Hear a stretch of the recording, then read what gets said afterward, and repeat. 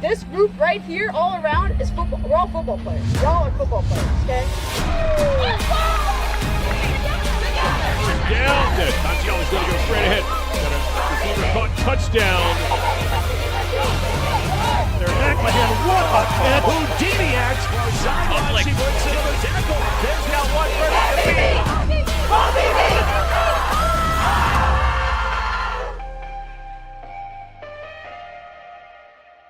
You know the moments, the feeling in your feet, the rhythm of ambition, that extra, that aha, that sight. That's something. The click, the shift, the boom, and you're there. The mess becomes a map, and you call it art, or science, or code, because now you know the way forward. For all the moments that drive you, there's edX. Fuel your ambition with thousands of job-relevant courses and programs at edX.org.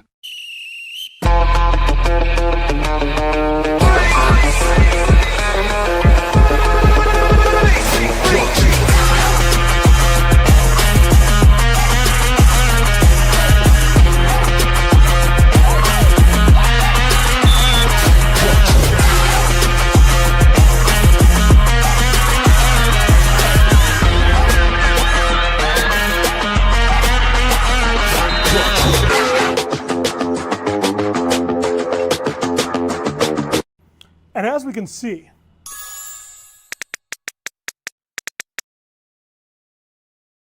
the future of technology is with us. You might be thinking, Doc, this is truly amazing. And we got. Hey, is the projector ready? Come on, time for a team meeting.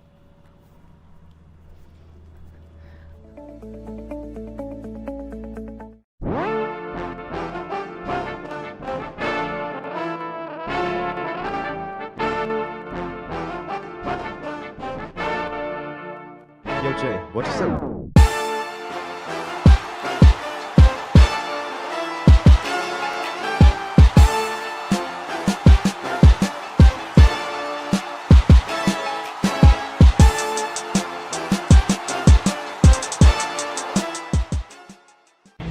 Recovery is everything. That's why these DNA Vibe jazz bands are being gifted to everyone in the WFA. That's right. Thanks to the NFIM and the Shine program, every athlete in the Women's Football Alliance will be gifted the ultimate game changer for their recovery. This patented technology targets recovery at the cellular level so that we can maintain our peak performance. And if it can handle our hits, imagine what it can do for you.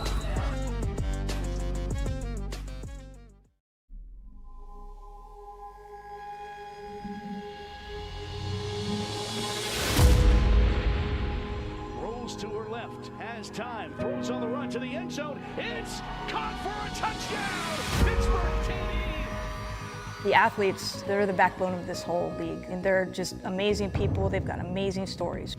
Barrett in the pattern, they're looking for her. Able to bring that one in, Brianna Barrett. My goodness.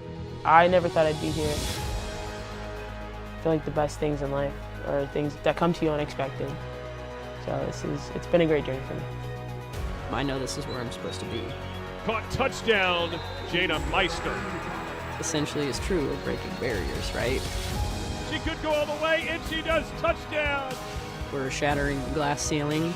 Great pass up in the air. Touchdown. All of the women role models that we look up to are all women who did things that were not expected. They realize they're pioneers. They realize that the trail that they leave is going to be a path that a young girl can follow. It gives you hope. They believe in themselves, I believe in them, and Franco believes in all of us, so it just goes with the territory.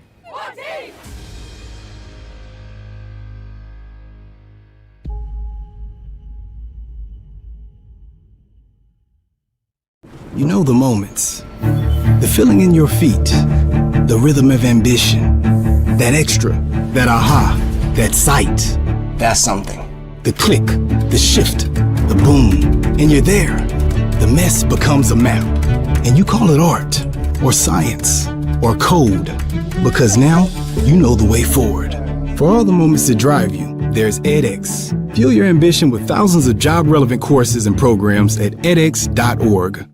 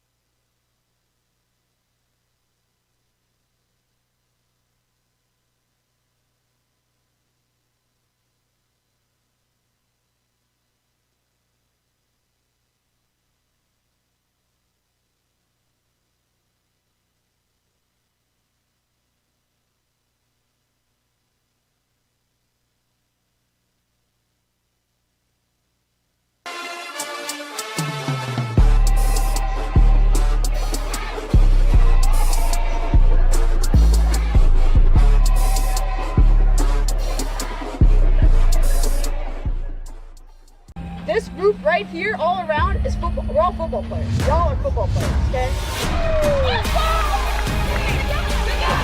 Down. Contiello's going to go straight ahead. Got a receiver caught, touchdown. They're back behind. What a catch. Houdini acts. Sideline. She breaks another tackle. There's now one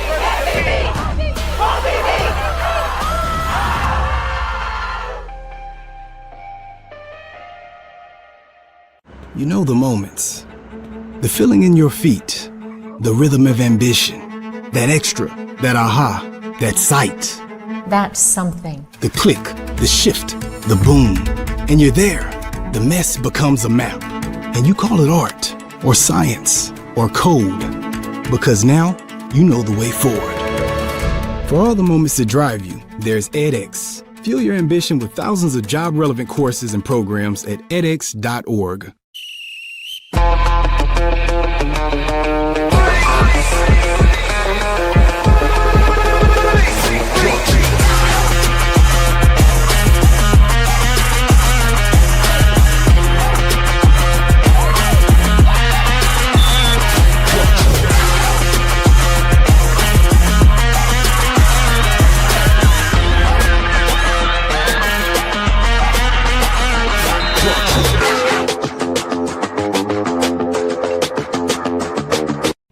And as we can see,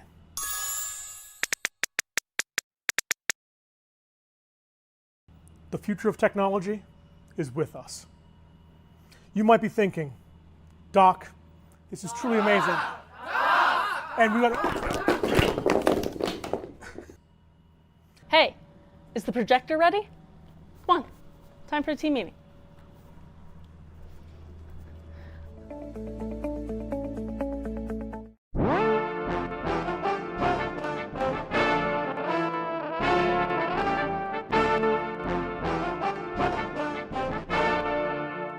Yo, Jay, what you say?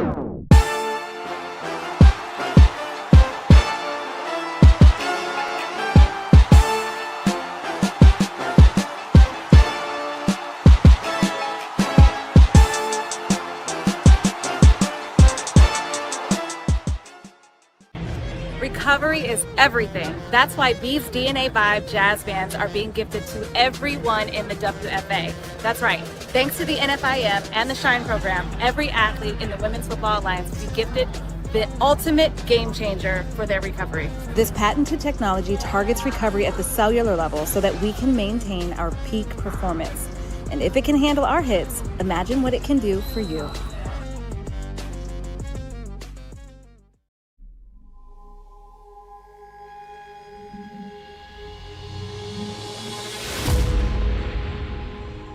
To her left, has time, throws on the run to the end zone. It's caught for a touchdown. Pittsburgh TD. The athletes, they're the backbone of this whole league, and they're just amazing people. They've got amazing stories. Barrett in the pattern, they're looking for her. Able to bring that one in, Brianna Barrett. My goodness. I never thought I'd be here. I feel like the best things in life are things that come to you unexpected. So it's been a great journey for me. I know this is where I'm supposed to be. Caught touchdown, Jada Meister. Essentially is true of breaking barriers, right? She could go all the way, and she does. Touchdown. We're shattering the glass ceiling. Great pass up in the air. Touchdown. All of the women role models that we look up to are all women who did things that were not expected. They realize they're pioneers. They realize that the trail that they leave is going to be a path that a young girl can follow. It gives you hope. They believe in themselves, I believe in them, and Franco believes in all of us, so it just goes with the territory. One team!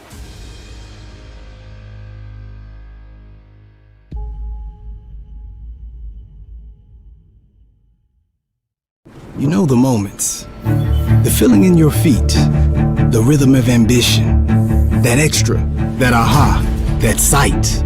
That's something. The click, the shift, the boom, and you're there. The mess becomes a map, and you call it art, or science, or code, because now you.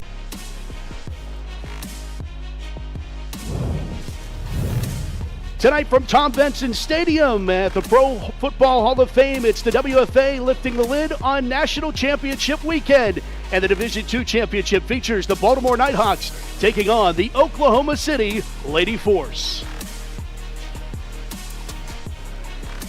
And welcome inside the broadcast booth, everybody. I am Matt Fargo, joined alongside David McDermott as we lift the lid on 2026 WFA National Championship Weekend. It's the Division II National Championship. And Damon, these two teams, Oklahoma City, don't call it a comeback. They took a season off, and they're right back in the championship. They're familiar with it, having been here back in 2023. And on the other side, it is a comeback of sorts. The Baltimore Nighthawks are back in the championship after losing this game just one season ago to Salt Lake City. And differentiating styles between these two teams. Yeah, tonight you're going to – what's so much fun about these championship games is these teams got here for their certain style, and now they get to face off against each other. We're going to look at our tail of the tape in a second, but Baltimore, they're going to try to stretch that field. And for Oklahoma City, they have two running backs that are absolute star players in this league. It's going to be really fun to watch. You were talking about it. Let's take a look at the tail of the tape, how these two teams are so different, but they got to the championship doing what they do best. And for Oklahoma City, you said it, David, they run the football. They don't just run the football. They run the football the best maybe in all of women's professional football, 321 yards per game, and they have two star running backs in Shawnee Darkins and Tay Sweet. Tay Sweet has 1,000 yards. Darkins leads the team in receiving yards and rushing touchdowns with 9. And then when you look at Baltimore, Matt, they have one of the most talented quarterbacks in the league in Lauren Vitok, who led the league with 15 touchdowns this year, only 5 interceptions, but she did turn the ball over in their semifinal matchup. So she's got to take care of the football. And looking at them, they're a balanced attack, but are they going to be able to have the ball? Because Oklahoma City is going to try to hold possession this whole entire game with that running attack they have. Oklahoma City and Baltimore meeting here in the Division II WFA National Championship game. It was Baltimore going 6-2 on the season. They lost to the DC Divas, and then a very close loss to the Richmond Black Widows 29-28. But that was back in May. They're now winners of 5 straight. Meanwhile, the other side for OKC, unblemished, 8-0 coming into tonight's matchup. And it will be Baltimore and their electrifying offense. They love to do it through the air. Baltimore will receive tonight's opening kickoff.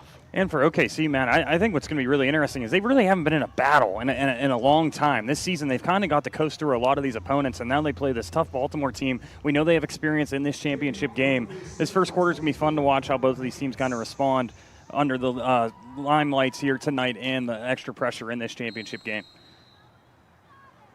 As we have this one on a tee, OKC to send it away. It's Kara Haynes sending it the way of the Nighthawks. This one bouncing all over the place. Finally picked up at the 13-yard line across the 20, 25, 30, and finally knocked out of bounds. Nice return for Baltimore. Good field position for Tanaya Bates on the return, and we get to take a look at Lauren Vitok, the quarterback for Baltimore, heads out onto the field. You see her there, and she's the reason why Baltimore is in this title game.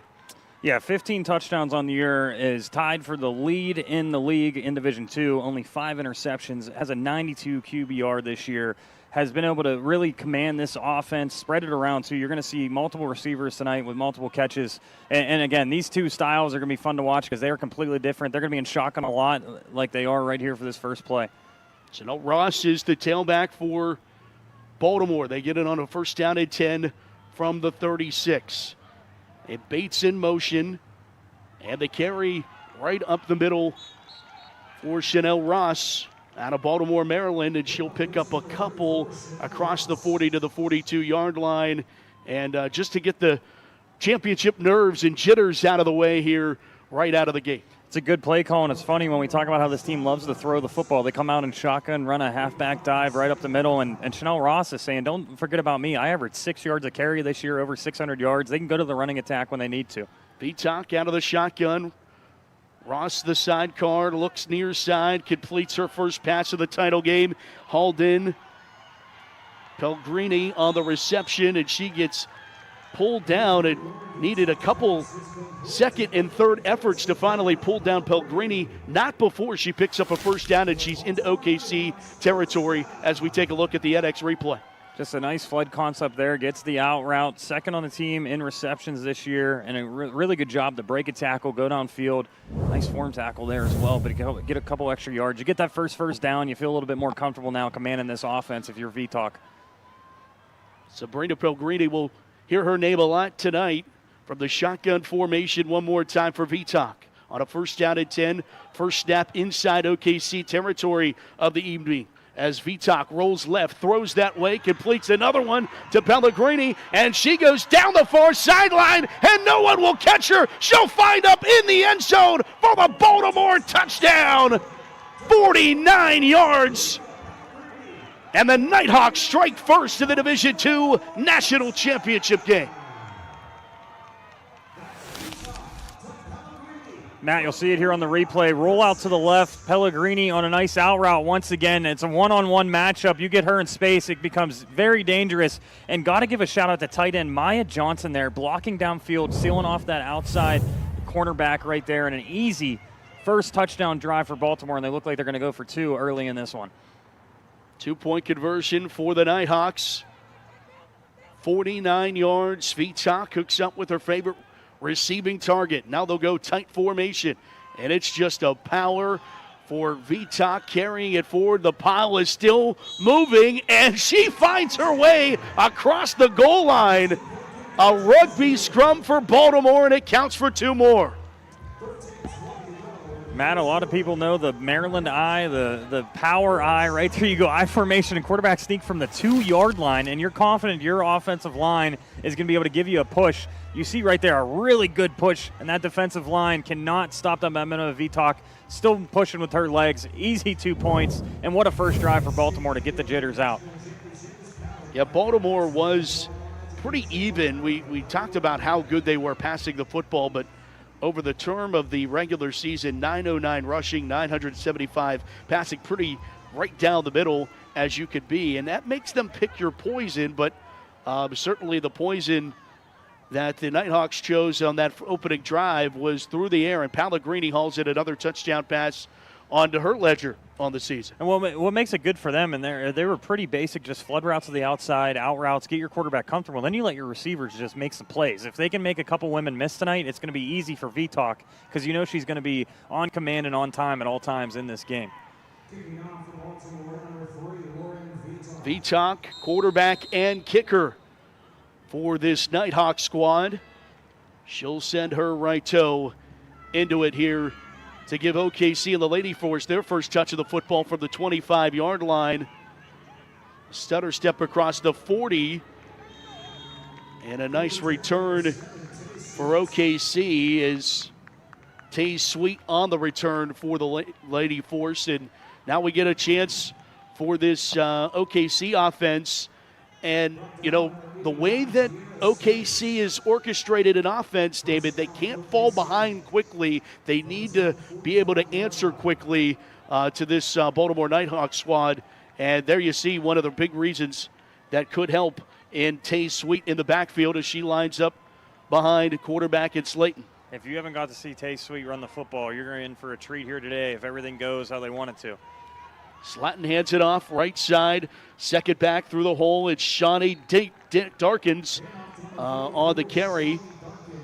Darkins to the 50, picks up 5 yards on the first down carry. And, you know, it's not going to make a lot of the highlight reels the way that OKC possesses the football and churns and burns. It's the old, 5 yards in a cloud of dust. In this case, tire pellets here on the all phony grass at Tom Benson Stadium. Second down and 5 from the 50. Another carry left side. This time it's Sweet getting the first carry of her championship performance, and she gets 2 more. Sets up third down and manageable into Baltimore territory at the 49. What I like, though, out of Baltimore, they're not scared of Tay Sweet. I think there's a lot of time when she runs the football or Darkins, a lot of people kind of back down, but the linebackers are being super aggressive so far for Baltimore. You got to meet them in the hole, and you can't let them get any extra yards after contact. 12-11 a move here on the first quarter. 8-0. Baltimore leads it. Sweet the carry on third down, and she'll carry off the right side, pick up the first down to the 42-yard line. Finally dragged down there for Baltimore. Kia Quinones on the tackle. but not before a fresh set of downs for OKC. And we're going to talk about them a lot, but the push that this OKC offensive line gets at all time with multiple all-star selections for this team, it is unbelievable. As you can see, this defensive line is going to be in for a long game, and they like you said, they do not care. 3 to 5 yards a carry, they're completely happy with it. Pistol formation for Slatter, who will hand it off. No, she'll keep. Doesn't like what she sees left and goes right before sliding down at the 40-yard line. Give her 2 on the quarterback option.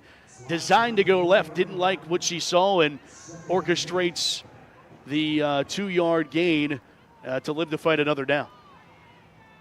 And you're going to see a lot of different looks here where the quarterback gets to keep. It's an old school type of offense. You're going to see a lot of pistol. And right here you see I formation. You're going to see triple option because you have 2 of these dangerous backs at all times. OKC plays their home games at Putnam High, and they hand it off the right side on second down, and Sweet pushes forward the pile inside the 40 at the 36-yard line where it will be third down.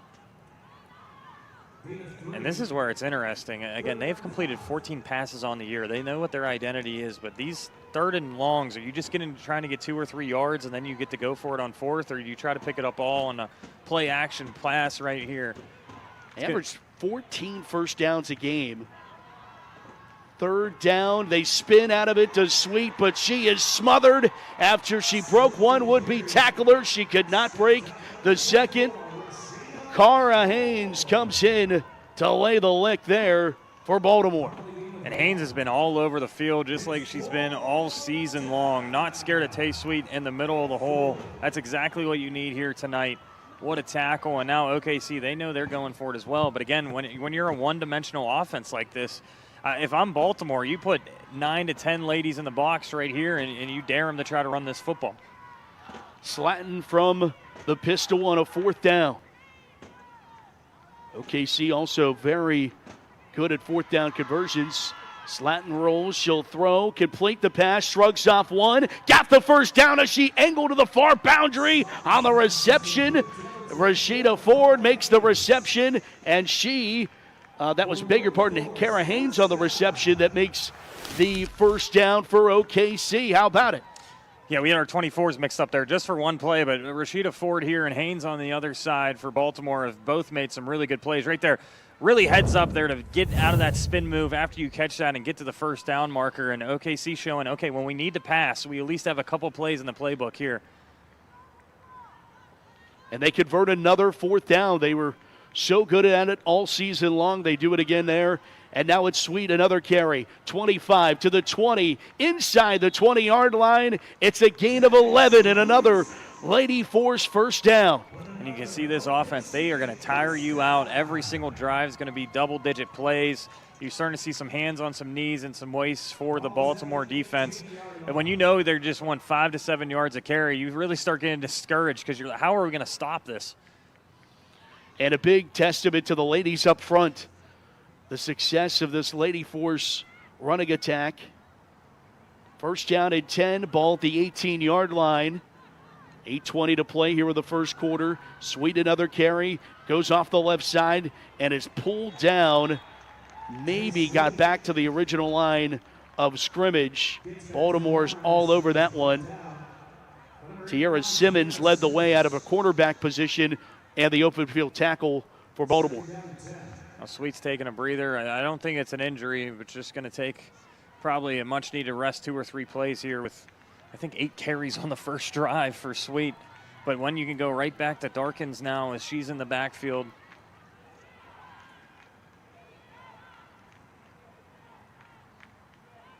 And also Adaye, who gets the carry off the right side to the 15-yard line. First carry of the night. And she's more their speed back, receiving back, and do a little bit of things that change up the offense. But when you're running between tackles right there, Adaye takes a huge shot, gets right back up. And, again, she's going to be in there when Sweet's going to need a breather. Yeah, Jessica Adaye graduated University of Central Oklahoma. Member of this Lady Force squad, and a nice change of pace back when Sweet is on the sidelines. Third down for OKC. And they go with the cross bucket. Baltimore not fooled at all. Blowing it up in the backfield is Rashida Ford as they go to Kara Haynes, and Haynes had nowhere to go. Ford was all over that play. And Ford's been all over the field so far for Baltimore. She is blitzing multiple gaps here and really sniffing out a lot of these run plays for Baltimore and being a huge difference maker. And now the biggest fourth down of the game so far and the longest for OKC. Can they convert one more time on this drive? Fourth down it is, 4th and 9. Need to get to the 8-yard line for a first down. Play action. Rolling out Slatter. Here comes some pressure. She'll throw. Dump it off to one of the linemen. Don't think that's ineligible, but there is not a flag down, and it is going to be stopped short of the line again. In fact, right back at the original line of scrimmage. That ball caught by 65 of OKC.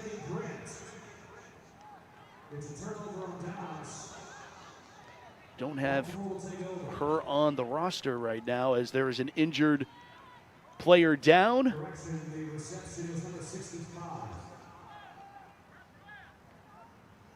And I know the officials are talking this over. Was 65 ineligible? It seems like she was. There was no flag thrown. And Baltimore's going to be happy with this either way. They get the football back. And the one thing, Matt, we talked about how OKC loves to run the football, loves to possess the football, but it almost works against you when you take 6 minutes of zone time right here and you get no points, and now Baltimore gets the ball right back. And when we saw how easy that first drive was for him.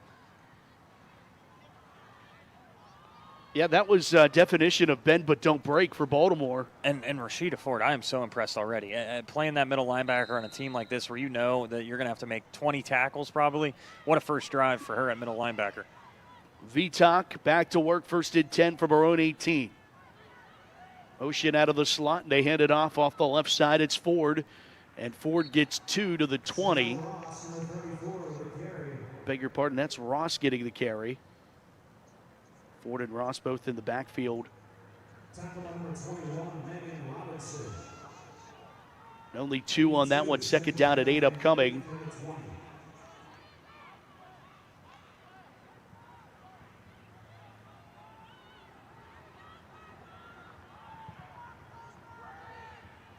Ross, lone setback, and hands it off to her one more time. Ross breaks a tackle, and 2 more to the first down marker. A hard piece of running there for Chanel Ross to get the sticks. Thought she was going to be stopped in the backfield. Way to keep fighting her seat here on the replay. I mean, this play's snuffed out right from the get-go. And there's a stiff arm right there. Good way to use your shoulder right there. And then you bring down 3 OKC defenders with you. What a run and what a first down for Baltimore to just keep this clock going. And you feel comfortable. Your run game's working almost just as good as your pass. First down and 10 for Baltimore. Shotgun formation, Vitak, another handoff to Ross. Off the left side, Ross, great blocking in front, another first down and more as she carries would-be tacklers with her to the 47-yard line. Another fresh set of downs for Baltimore. Gain of 18 yards on the carry for Chanel Ross. Start to wonder if Oklahoma City was a lot like us when we talk about in pregame that this team needs to throw the football. They're showing you right now that they can run the football just as well, and Ross is having the best game so far, maybe of the season in this first quarter for Baltimore when they need it. First down at 10. Felt like there was some movement one way or the other. It's a broken play. OKC trying to take advantage of it, and they will with the sack. Looked like half the team for Baltimore did not move on the snap, and OKC capitalizes with the sack as Salanta Petty comes in to lay down the law that moves him all the way back to the 38-yard line.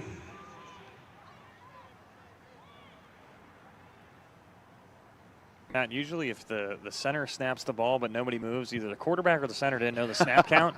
And when you're the rest of the lineman, you're kind of just standing there. The quarterback panics, and sometimes they'll blow it dead and it's a penalty. But right there, OKC loves that play got to be called, and then you get a 15-yard loss there on the sack. And Baltimore looked like everything was going right in this drive. Now you get a 2nd and 19. Second down at 19 it is, 3:20 to go in the first, and under pressure, Vitok, one more time, she goes down, sacked again, back-to-back sacks. Shabria Irby in on the sack, but also Petty comes in for the second straight time, causing havoc, and Baltimore is backed up all the way to the 28-yard line on third down now.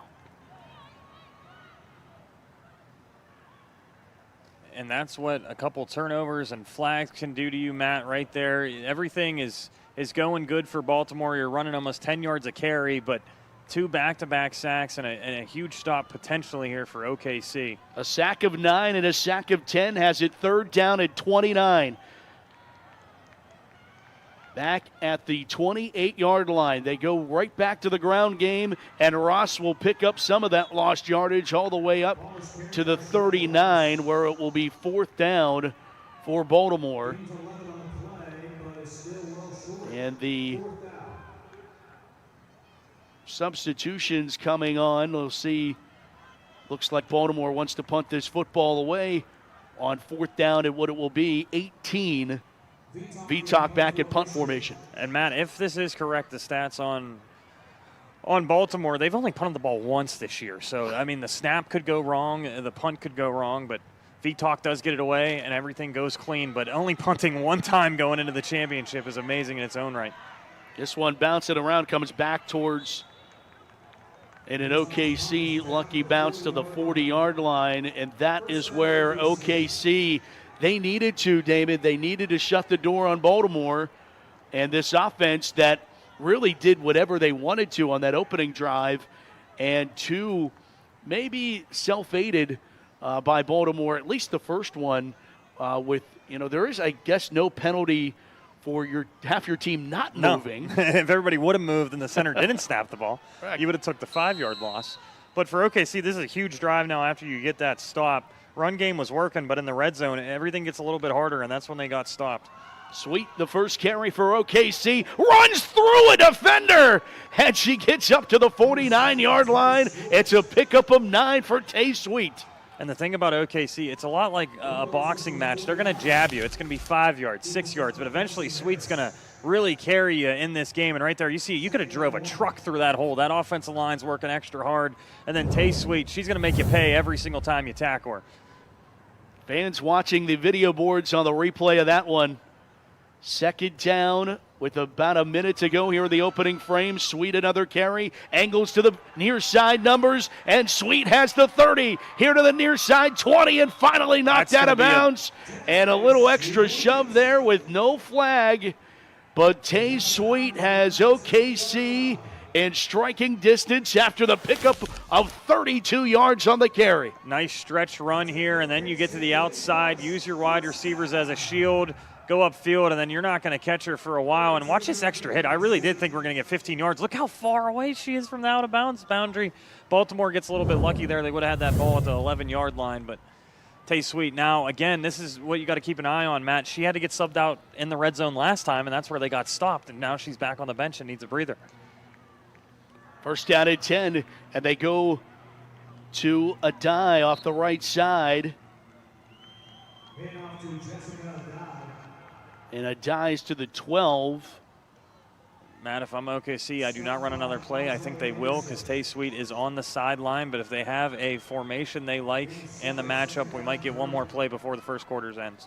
Yeah, this is going to be close. They are set, but it will not happen. That is the way the first quarter of our Division II WFA A-Nation National Championship comes to a close. Baltimore Nighthawks 8, the Oklahoma City Lady Force 0. Come back to Tom Benson Stadium in Canton, Ohio for quarter number 2 after this break. We're all football players. Y'all are football players, okay? Down. Tatsiala's going to go straight ahead. Got a receiver caught, touchdown. They're back by hand. What a catch. Houdini acts for a sideline. She breaks another tackle. There's now one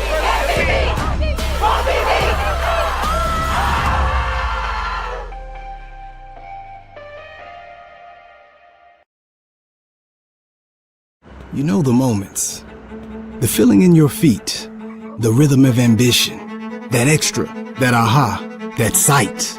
That's something. The click, the shift, the boom, and you're there. The mess becomes a map, and you call it art, or science, or code, because now you know the way forward. For all the moments that drive you, there's edX. Fuel your ambition with thousands of job-relevant courses and programs at edX.org.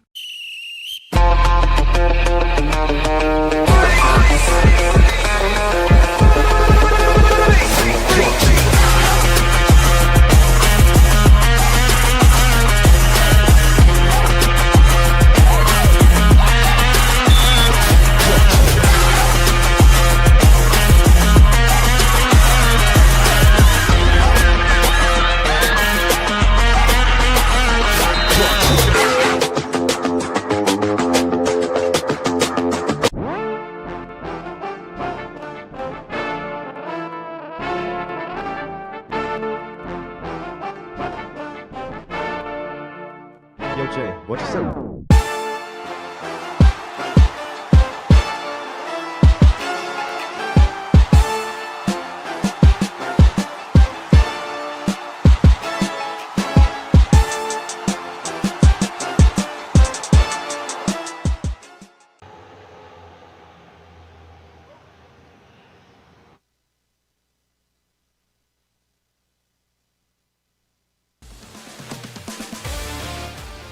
And we're back to Canton, Ohio.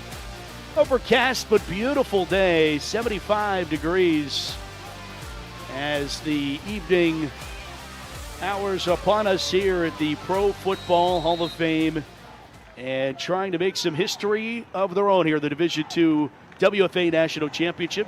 Damon McDermott alongside Matt Fargo. Susie cools down on the sidelines. We'll check in with her in a little bit as Sweet gets carry number 9 of her night, and she's been a workhorse for this OKC Lady 4 squad. Yeah, she's averaging 8 yards a carry right there, even with the tackle in the backfield. She pops right back up. You almost regret tackling her, but already has 64 yards, 9 carries now. Got that breather to end the first quarter, so you get her back in for the red zone. Again, she was out when they got stopped in the red zone the last time. This is where they got stopped. It's third down now, 3rd and 6.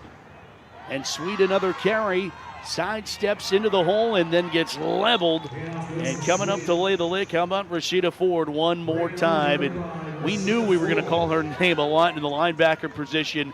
But she's as good as advertised, if not better. Listen, it's 11 on 11, but these two, it's one-on-one. And they are meeting each other in the hole every single play. Both of them love contact. And it is amazing to me that Ford so far has not backed down at all to Sweet. And Sweet will run right through you. It's not going to be fancy. So 4th and 3, you might see another halfback dive here. There it is, Sweet on 4th down, angling to the sticks and gets it. A first down, another 4th down conversion for OKC this season.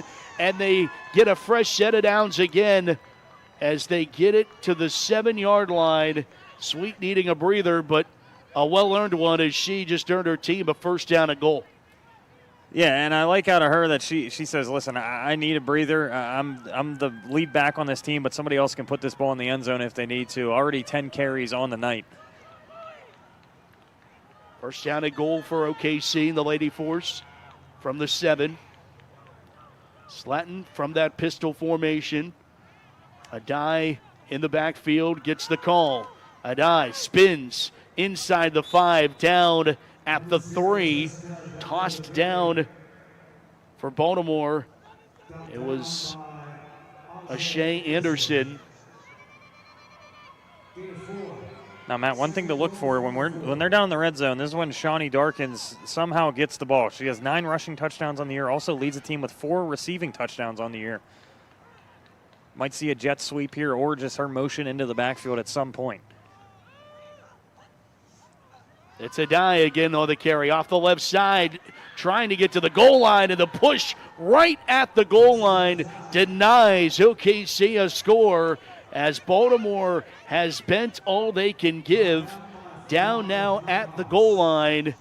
It'll be 3rd down and goal at the half-yard line.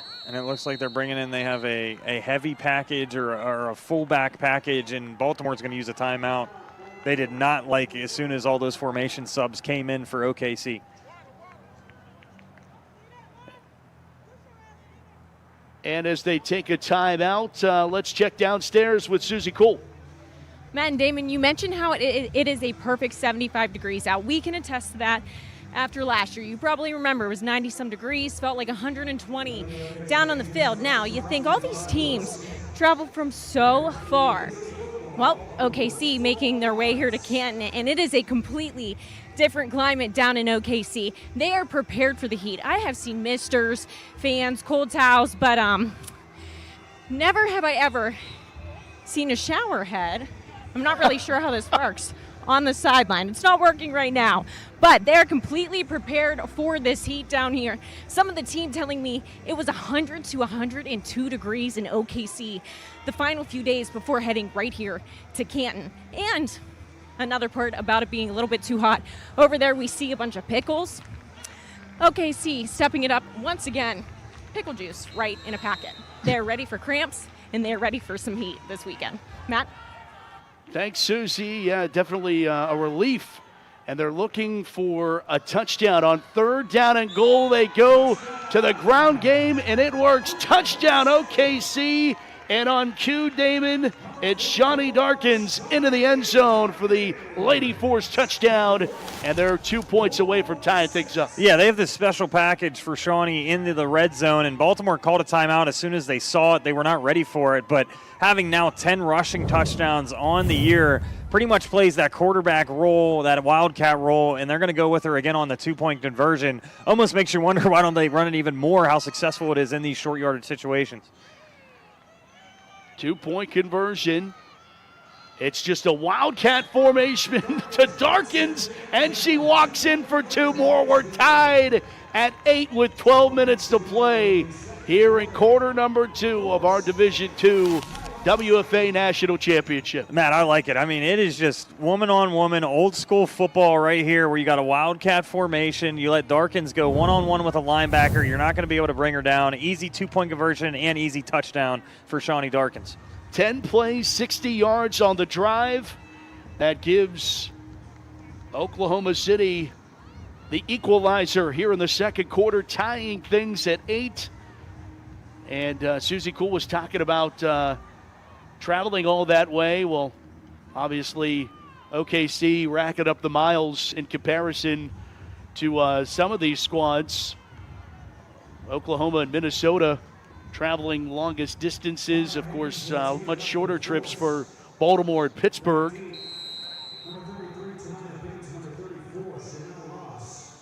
And it is almost perfect football weather. Overcast, 75 out. Can't ask for a better start to the weekend as this game lifts the lid on the first of 5 as the ball goes out of bounds on the kickoff. Baltimore will get the football at the 40-yard line to get things rolling here on their drive. But first of 5, we have 3 games on tap for you tomorrow. You see all of the Lady Force fans making the trek here to Canton, Ohio. And perfect backdrop to this weekend as we'll have the Division II All-American game tomorrow morning, getting it all going, and then the Pro WFA National Championship at 2 p.m. between Pittsburgh and Minnesota. Before the World Bowl, the best of the WFA takes on the best of the women from the international circuit. And then the WFA Flag National Championship on Sunday. Ross gets away from some tacklers on the first carry, and she goes 40 to 41, flipping the field for the Nighthawks as she'll pick up 19 yards and a Nighthawk first down. And, Matt, if this pace keeps up, what a game to really kick off this weekend. A very entertaining game, a clash of two styles, but Baltimore showing you we can run the football just as well. But these two teams, we seriously, again, it's a championship every time. You never know how the bracket's going to play out, but a team that's 8-0, a team that's 6-2, but played up against the DC Diva team that has a well-balanced offense. What a matchup to really kick off this fun weekend we're about to have. And it looks like so far whoever has the ball last might win this game. We're only a quarter in, and we've seen some highlight plays from both teams. First down and 10 for Baltimore at the 41-yard line of OKC. And then whistles blow this dead prior to the snap. Delay game. Offense, number 3. 5-yard penalty.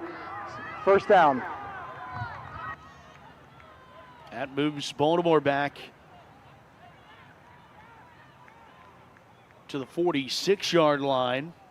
And we haven't seen many mistakes from OKC. They did get stopped on that fourth down, but Baltimore, a couple of these drives have been slowed down where we saw what could have been a penalty ended up being a sack. Now it's 1st and 15, makes this drive a little bit harder. So a couple mistakes early for the Nighthawks.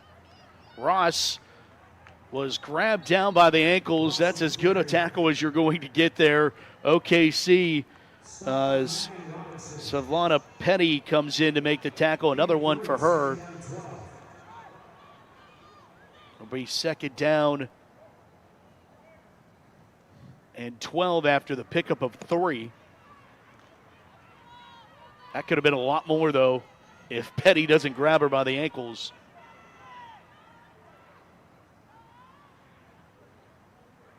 Back to pass.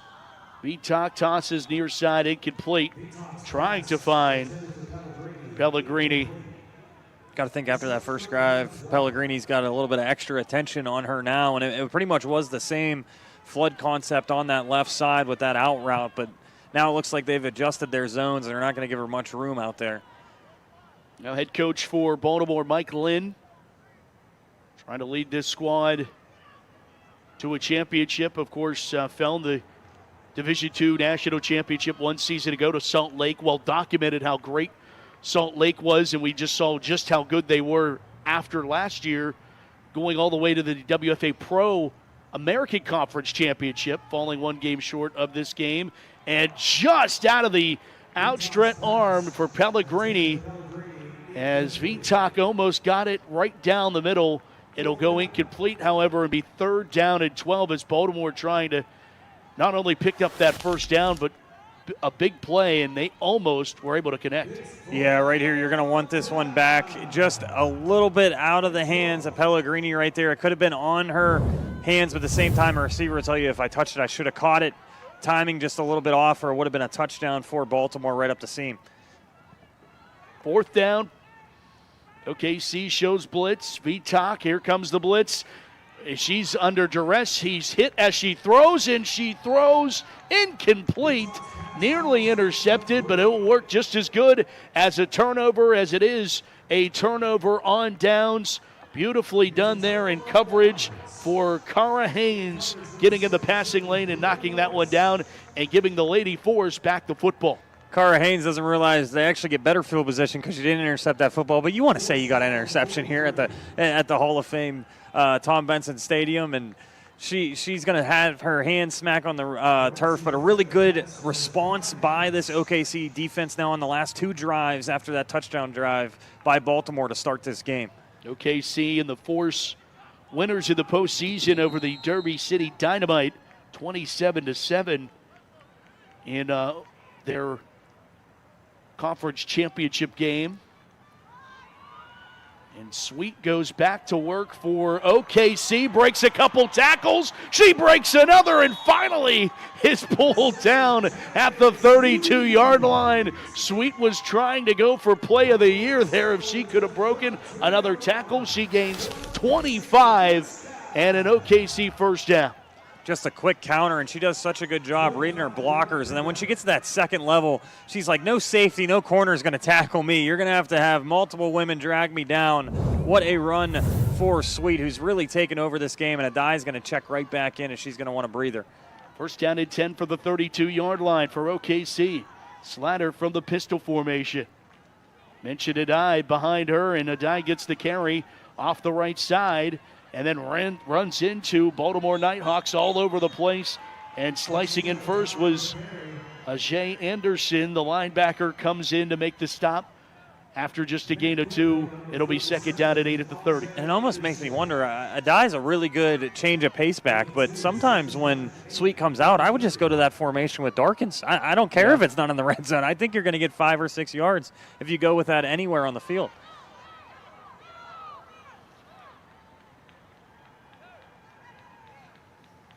Second down at 8. Same formation. And another carry and broke through the first wave of defenders to the 22-yard line.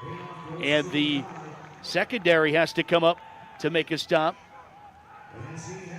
Kia Quinones on the tackle.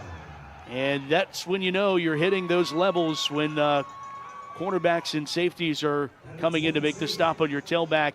It's a first down for OKC. And I think Adai will tell you, Matt, she's a little bit undersized, but she runs fearless, and she's fast. And some of these tackles looks like she's not going to get back up, but she pops right back up, and she is not scared to run through the tackles at all. I think when you look at her, a lot of people say, okay, she probably gets some jet sweeps or toss cracks. But right here, running through the tackles once again. She got popped going inside against those Baltimore linebackers. What a city known for their linebacking core. Wearing that iconic purple and black. As the tie knocked down inside the 20, it will be second down. But Haynes came in and gave her a nice shot. Second down at 6, ball middle of the field here for this second down play as we tick towards 7:15 of the second. Sweet back in and hands it off and fights her way to the 14-yard line. Was trying to break away from a tackler. Wasn't able to do it. Anderson again on the tackle. And it will bring up third down and 2 coming up here for the Lady Force. Matt, there's a world where Sweet will have 20 carries before the second half at this point. And I mean, again, it's 5 yards, just quick jabs, and then you get a haymaker and she goes for 30. It is amazing how it's just, this offense has no problem chipping away all the way down the field. High formation on third down and 2. Sweet, the setback. They got Baltimore to jump, but they get back on side. Sweet goes off the right side, is being grabbed on by the jersey and takes a defender for a ride for the first down to the 9-yard line. How about Tay Sweet? Picks up another OKC first down. I mentioned they average 14 first downs a game, and they're chalking them up here in the first half. One of the Lady Force offensive linemen slow to get up on this one. And there is a flag down as well. And that's Gunner. She was grabbing her face. Maybe illegal hands of the face. It looked like there was a little bit of a battle up front. Maybe a face mask here. We'll talk to our holding. official. Offense, number 72. And she gets a penalty. 10-yard penalty from She's spotted hurt foul. as well. Repeat third down. And you need her back out there. She's one of the best linemen in this league. So you hope that she's okay, and looks like she might be. Just maybe a little bit of extracurriculars and got a glove to the face mask after there was a hold on the play. That's Ray Gunner. Moves it back to third down, and this is what OKC can afford to do, is play. And they've really made their third downs or fourth downs manageable and not in and long situations. It's third down at 10. Ball to 22 now. Back to pass for Slatter. Gonna let it fly into the end zone. Got a receiver, and it's caught for the touchdown. Darkins on the reception. One with their legs, and one on a reception that puts OKC in front. 24 yards on the pass and catch. Right up the seam here, Matt. I said you're going to see a dynamic duo, so she goes up the seam, then a little post corner route over the shoulder, makes it look like an easy catch. Darkins, no matter what she's going to score, has 9 rushing touchdowns on the year, also leads the team with receiving touchdowns, and they're going to go right back to this 2-point conversion play with her in the backfield as the quarterback. And that Wildcat, Darkins will take the snap. Goes off the right side, and Baltimore knew it was coming and denies. Sliding in to make that big stop, Rashida Ford one more time. She said, I've seen this one before, and denies OKC the 2-point conversion. Under 6 minutes to go, 14-8 now. OKC leads Baltimore. We mentioned that this is the lid lifter of a full weekend of WFA football, the All-American game. Breakfast at Tom Benson. Come with us. The American Conference meets the best of the National Conference in the Division II All-American game tomorrow morning. And then it's for all the marbles. The Division II National, the Division I, the Pro Division National Championship at 2 o'clock. Pittsburgh meets Minnesota, the Vixen against the Passion at 2 p.m. Tomorrow on ESPN2. Excited to talk to you then for two teams that have been so hungry to get to the championship. And for Minnesota, they've gotten here a few times and come up short. Pittsburgh, their first time at a championship game since 2015. And that is crazy to think about. For what kind of franchise and dynasty they are licking their chops to get one more trophy for the Pittsburgh Passion. That is going to be such a fun game. And again, like I said, having this Division II championship as the first game of this weekend has made it a great weekend already. Seeing this amazing duo of Shawnee Darkins and Tay Sweet so far. And then on the other side, they've given up 2 touchdowns, but seeing Rashida Ford be that linebacker, probably the best linebacker in Division II, all over the field so far as well, has been so much fun to watch. And this kick goes out of bounds, so Baltimore going to get good field position. Illegal kick out of bounds, kicking team. 5-yard penalty, they elected to re-kick. Oh, interesting. Baltimore going to try to let their returners be great. And how about the super fans that come with the WFA, fans from all across this country traveling here to Canton, Ohio to cheer on their favorites. Turns into a special weekend. And I like this decision by Baltimore. You back them up to the 30.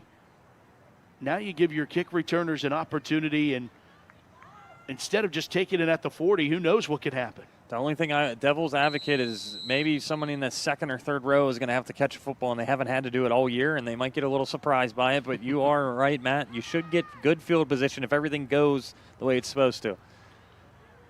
Haynes puts it on a tee and does allow Baltimore to get it, in fact, almost 20 yards better. It's going to be at the 41 of OKC. So this gamble does work. You did mention, though, Damon, that one of the up men for Baltimore ended up getting that, and Leanne Ziobro was the one who handled it, and handled it quite well. I'm speaking from personal experience. You're in that second or third row, and you go, oh, no, now the ball might actually come to me. I don't want it, but you know, you get it. You get good field position. Now Baltimore, you start at the 41-yard line. You hope you can milk most of this clock, and OKC does not get the football again. It's Ross on the carry, stiff arms one would-be tackler, and then slides through to the 34-yard line. And the running backs certainly get a lot of the credit, and they should, but the offensive lines on both sides of the football have certainly impressed me. The lanes that these running backs are getting to run through. David. Oh, like we said, I mean, you can deliver pizza through it, you can run a truck through it, whatever you want to do. These line are making humongous holes, and I'm very impressed with the vision of these running backs. We've seen a lot of cutbacks. You just saw a big stiff arm right there, get an extra 4 yards. Making me hungry talking about pizza. Second down and 3. Clock ticks towards 5 minutes now as Vitak delivers the screen pass near side and just short of the first down marker as we get another catch for Leanne Ziobro. And this is what I want Baltimore to do, Matt. I want them to mix it up a little bit. I think they almost fell in love with the run game, and you throw the ball so well. You have Vitak, the best quarterback in Division II. Let her kind of command the offense, especially when you get in the red zone. You trust her with 15 passing touchdowns on the year to find the open receiver and get another touchdown. How good quarterbacks does the DMV have in the WFA? Yeah. You got 3 great ones. Yeah, it is unbelievable. Third down and 1. Play action. Vitak running for her left, running for the chains, and she's got it to the far boundary. First down, Baltimore, as Vitak calls her own number.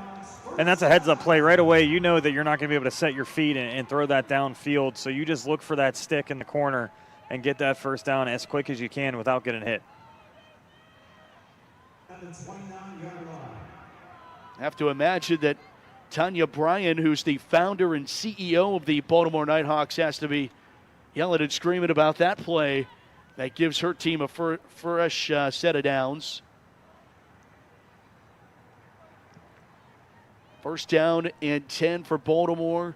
Vitak looks near side and just going to let this one rip. And it is intercepted at the 10-yard line, picked off by Darkins down here the near sideline. Sidesteps or tries to sidestep Vitak, but Vitak gets the tackle, but it's a turnover from who other than 44 in your OKC program as Shawnee Darkins comes through clutching in for the Lady Force. And, Matt, if you're wondering, Shawnee Darkins, again, I'm kind of repeating myself. What a pick right there to just grab it off of the receiver. She leads the team in interceptions. She leads the team in solo tackles. She leads the team in rushing touchdowns and receiving touchdowns. I don't think you put a position on her. She's just an absolute football player and a star player for Oklahoma City. Climbed a ladder. That was his high point, the football. That was textbook for an INT and 31 yards on the return for Darkins. She knows she's one of those defensive players. When she gets the football in her hand, she knows exactly what to do with it. First down and 10. The Lady Force have a 14-8 lead over Baltimore. And they have the football with 3:38 to play here in the opening frame. And it's Sweet going to her right, and she gets denied. The convoy arrives. Baltimore's all over it. And leading that convoy was Shage Anderson one more time. What a response by the Baltimore defense here, and you hope you can get one more stop, but that's a good first play. Matt, me and you have both done so many games where if a team gets a turnover there, that first play somehow is an explosive play for the offense. So good job by Baltimore there to not let Sweet get to the outside. Second down and 11. They mark forward progress. Generous stop there for OKC, just a 1-yard loss. Sweet another carry. Baltimore knows what's coming, and they've seen enough of the show. 88 slices in for B. Moore. Trinity Grant, first TFL in her championship game here. Yeah, and they're doing a really good job now. As a linebacker, you got to shoot those gaps right away if you see anybody pulling or you know exactly where the running back wants to go. And you see Rashida Ford right there. She's done it all game, but now you're seeing some other linebackers and defensive line really chip in and help her out. If you can sniff out this run game going in the second half, you feel pretty good you can come back in this game if you're Baltimore. 2:19, the clock winds here in the second. Third down, 13. Baltimore needs a stop, and they've pushed OKC backwards, and a flag will also help that. 12 in formation, offense, 5-yard penalty from the previous spot. Still third down.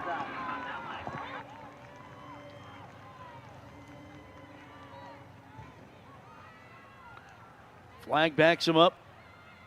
And this is not the drive you wanted if you were an Oklahoma City fan. Even from a clock perspective, Damon, they want this thing to roll, and this is going to roll to the 2-minute timeout. 14-8. OKC leads Baltimore here in our Division II National Championship. And the National Championship game is brought to you by Aid Nation, the official sports drink of the WFA. Of course, our friends at Aid Nation hydrating all of our athletes all weekend long. Aid Nation, hydration, everybody, every day. Matt, this will be a really interesting, after this 2-minute timeout, what Baltimore does. They could use one of those timeouts once again to stop the clock and try to get another touchdown drive. If you're Oklahoma City, you think at this point you kind of just punt off this drive. You run the football. Maybe Tay Sweet can do something for you, but you're probably going to punt this football. And Baltimore is going to get probably a minute and 45 seconds to try to go down the field. And you know their passing attack, they can do it. And you can go into half actually leading this game, and you feel like you haven't had the football that much at all in this whole second quarter. No, they've done what they've needed to do when they've had the football and capitalizing You know, we talked so much about how little Oklahoma City threw the football this season, and they throw a touchdown to the national championship game. It's just how football works. And Baltimore's sometimes. been running the football more than we thought. It's just, and again, that's coaches thinking they need to really change some things up as well, and some surprise plays. Back to pass.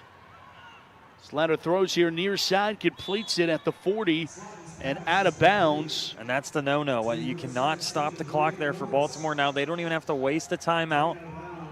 They have 2 and a minute 50 probably when they get this ball. That's more than enough time for Baltimore to go down the field. That was Brianna Morris on the reception. 4th down, punt unit out for OKC.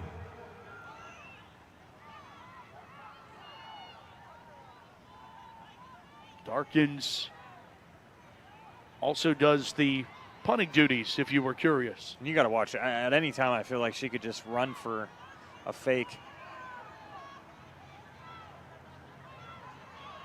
She's thinking about it. Throw it.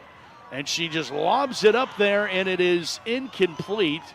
It'll be a turnover on downs. Baltimore players were trying to go after that one, and I think the whole sideline is screaming, no, no, no, as it goes harmlessly to the phony grass here at Tom Benson Stadium. And Baltimore, with a minute 44, and the way that they can throw the football, certainly in striking distance. With 1 minute 44 seconds, they have 2 timeouts in their pocket. We'll see what Baltimore can do and really erase a half that they probably want back in a lot of ways, but it won't matter if they could go down and punch one in here. It's again, with the mistakes that we've seen in OKC really controlling the clock, if you go into this winning at half, you feel like, okay, we're ready for anything in this second half if we still took the lead in this game. So you see some Baltimore faithful making the drive to support their team. First down and 10 for Baltimore. Vitak looks near side. It is caught at the 35-yard line as Maya Johnson hauls in the pass.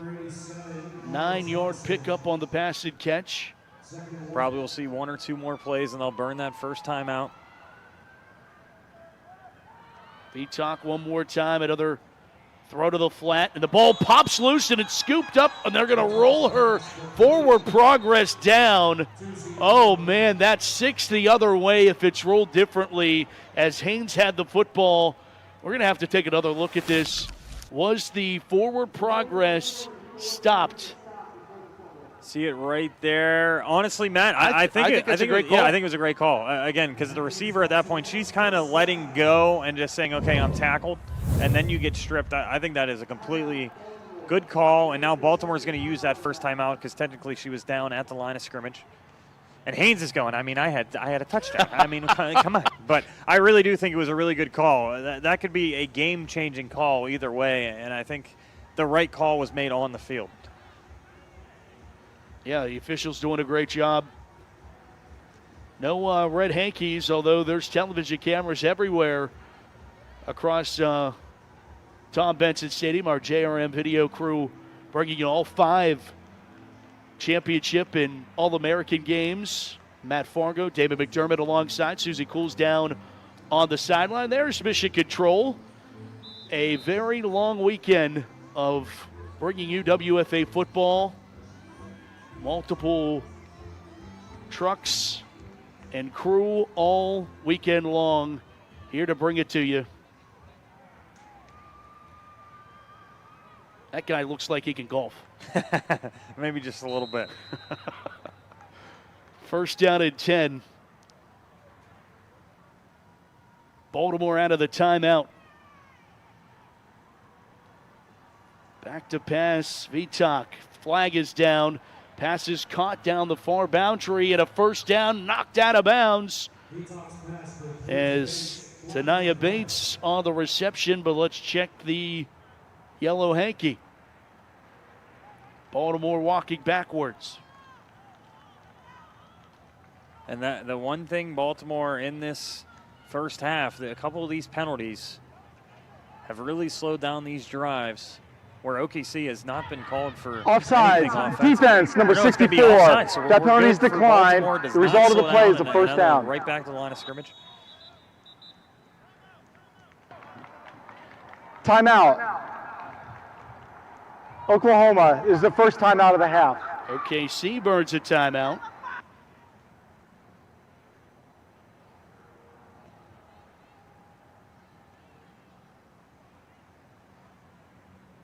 For OKC, you had all three, so you use one there. And again, you're just going over red zone defense.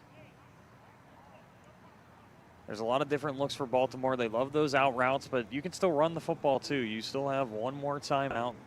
And Baltimore, their goal is to score, obviously, but if they could milk most of this clock off for OKC so they don't have another chance, that would be a win as well.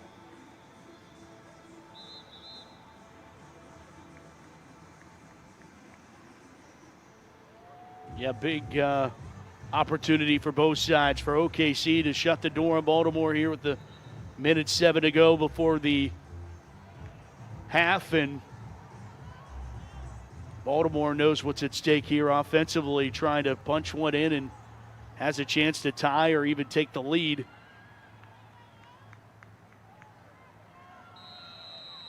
Out of the timeout, first down and 10 for Baltimore. Out of that penalty that sets up the Nighthawks here. Vitak throwing, back shoulder throw completed, trying to go through the defender. Great open field tackle.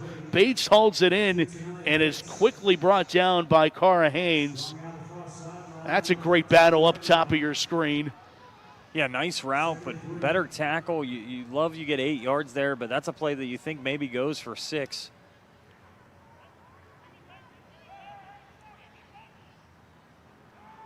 Vitak dumps it off and as it tips off the top of Ross's hands, incomplete. It'll bring up third down. And just a little flat route, a little chip and release out of the backfield there. Just a little bit rushed there for Baltimore on the timing. Welcome all of you tuned in across the All Women's Sports Network and the WFA broadcast channels. National Championship in Division II. Final minute of the first half. Vitak throws, completes out to Bates. Bates stop and go move. Bates shakes off one. She's into the end zone. Touchdown, Baltimore. Zanaya Bates into the end zone. And Baltimore ties things at 14 with just under a minute to go here in the first half. And that's the reason why she's your wide receiver run. She catches this football behind the line of scrimmage. Look at that little stop and go, shimmy to the left, another juke to the right. You let your playmakers get the ball in space, and they do the rest for you. Vitak will love to just dump it off right there to Bates, and she gets in the end zone. What a play for Baltimore to end this half, and now they can take the lead, Matt, in the second quarter. Play action, Vitak looking, throwing. She's got a receiver. It's caught for the 2-point conversion as Ziobro hauls it in. Leanne Ziobro on the 2-point conversion that has put Baltimore back in front, 16-14. And Matt, again, I feel like we talked all about OKC in this first half, but Baltimore with just 2 really good drives going down the field, and then you get the 2-point conversion you see right there on replay. And the Baltimore fans are loving it after this second quarter. You thought OKC was kind of in the driver's seat, and now Baltimore, after all the mistakes, and OKC really demanding the run game, dominating in this second quarter. Baltimore is now up by 2. Got to feel pretty good, and now Vitak again, the star quarterback, will handle the kicking duties. You hope you can get him good field position because OKC does have 2 timeouts. They could make something happen here with 49 seconds left.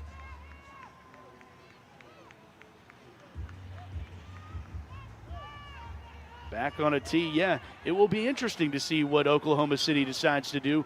They have 2 timeouts in their pocket. Do they just cut their losses and go into the locker room down 2, or do they try with 49 seconds left to do something? 2 things. This kick return is going to tell you a lot, what field position they get, and then maybe one run by Sweet. As Jasmine Guy on the return and across the 30 to the 32-yard line. It will be OKC starting with the football there. 39 seconds to play in this first half. I think you'll probably see a stretch run by Taste Sweet here, and if you get 10 yards, then you go into hurry-up offense. If you get 1 or 2 yards, you probably just go into half down by 2. And, Matt, a lot of people might be talking about that fake punt. Remember, Baltimore got that really good field position off of that fake punt. They didn't really have to rush on that drive to get the lead.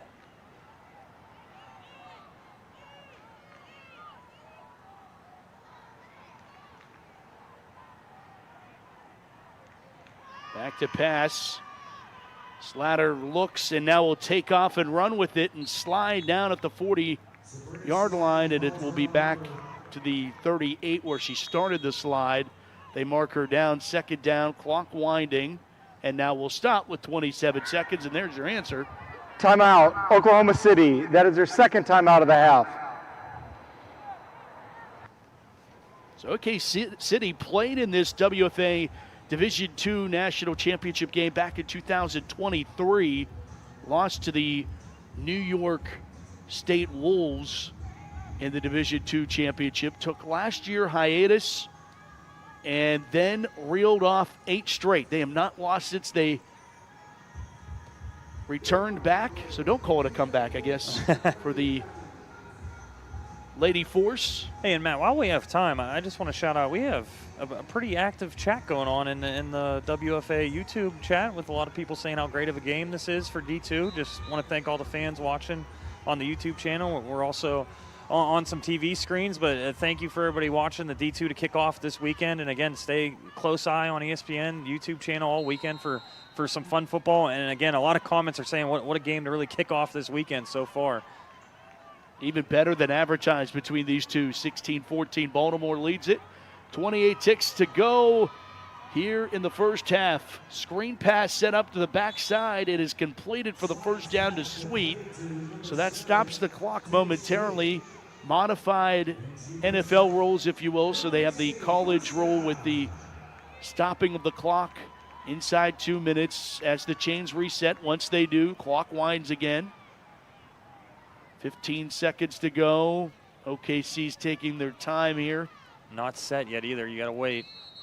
And a timeout being asked for Baltimore with 8 seconds to go. Baltimore wants to get their cards in a line here. I think this is just a discussion of, okay, where is Darkins and where is Sweet? Those are the two that we are mainly concerned about. Nothing behind us as well. You'll probably play 3, maybe even 4 safety high, nothing behind you, and just get into half with a 2-point lead. Shawnee Darkins for OKC has been the star, and Baltimore's had really a team effort. Vitak has obviously led things from the quarterback position, but Rashida Ford defensively has been spectacular, and Pellegrini and Bates as the receivers. It pretty much was 2 different drives where 2 receivers stepped up. And for OKC, we've talked about the dynamic duo, but again, this offensive line has done really well. And the defense, other than those 2 drives, but those 2 drives ended up being 2 touchdown drives for Baltimore, have played really well too. And again, I think a lot of OKC fans are saying, how are we losing this game right now? Sure they are. 8 seconds to go, could be the last play. They throw over the middle, trying to go to Darkins, and it goes incomplete.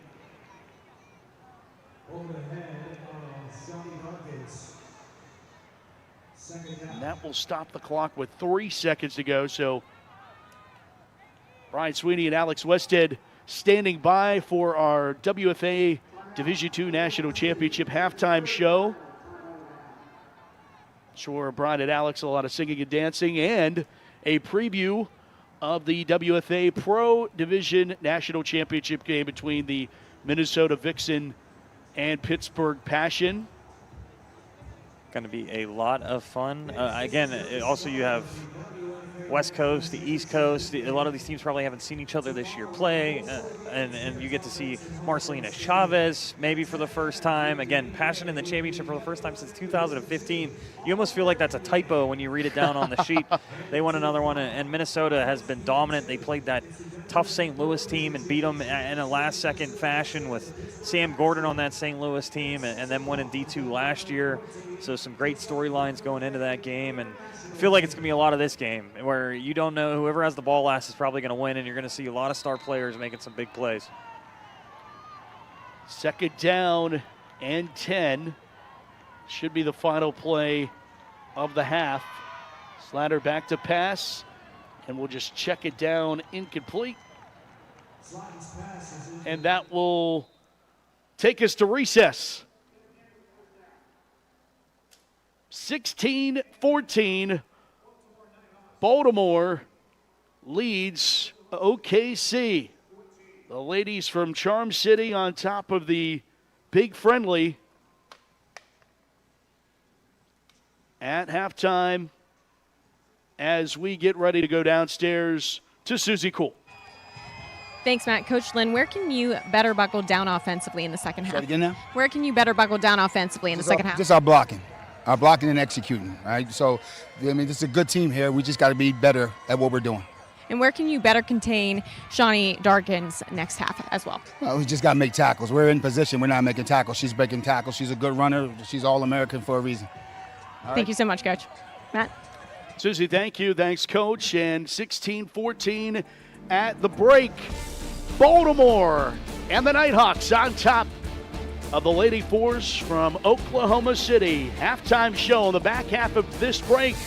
Ryan Sweeney and Alex Westhead will have it for you right here on the presentation of the WFA Division II National Championship presented by 8 Nation and edX.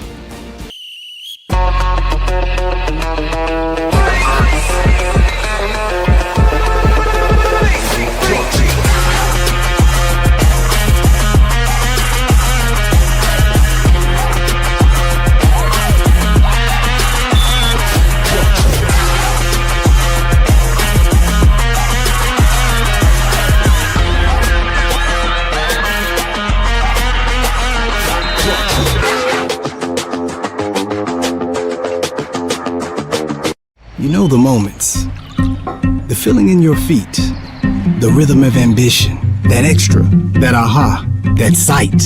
That's something. The click, the shift, the boom, and you're there. The mess becomes a map, and you call it art, or science, or code, because now you know the way forward. For all the moments that drive you, there's edX. Fuel your ambition with thousands of job-relevant courses and programs at edX.org. This group right here, all around, is football. We're all football players. Y'all are football players, okay? Down. Tanciano's going to go straight ahead. Got a receiver caught. Touchdown. They're back by hand. What a catch. Houdini acts. Sideline. She breaks another tackle. There's now one for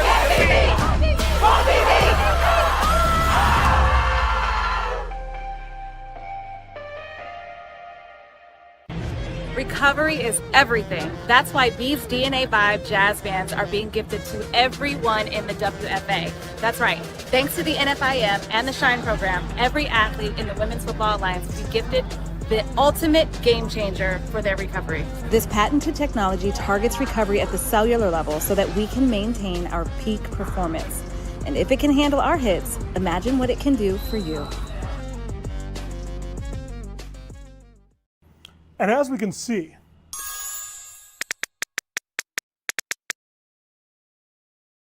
the future of technology is with us. You might be thinking, Doc, this is truly amazing. And we got. Hey, is the projector ready? Come on, time for a team meeting.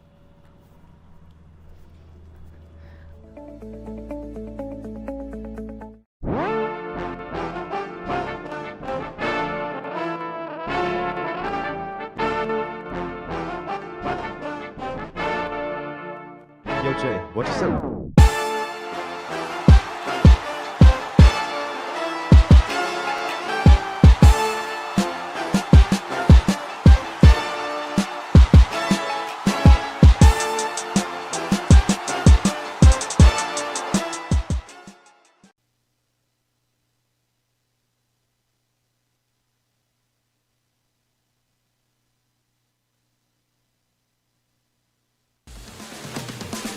Welcome back to the Women's Football Alliance Division II National Championship here at the half, where the Baltimore Nighthawks are up over the Oklahoma City Lady Force by a score of 16-14.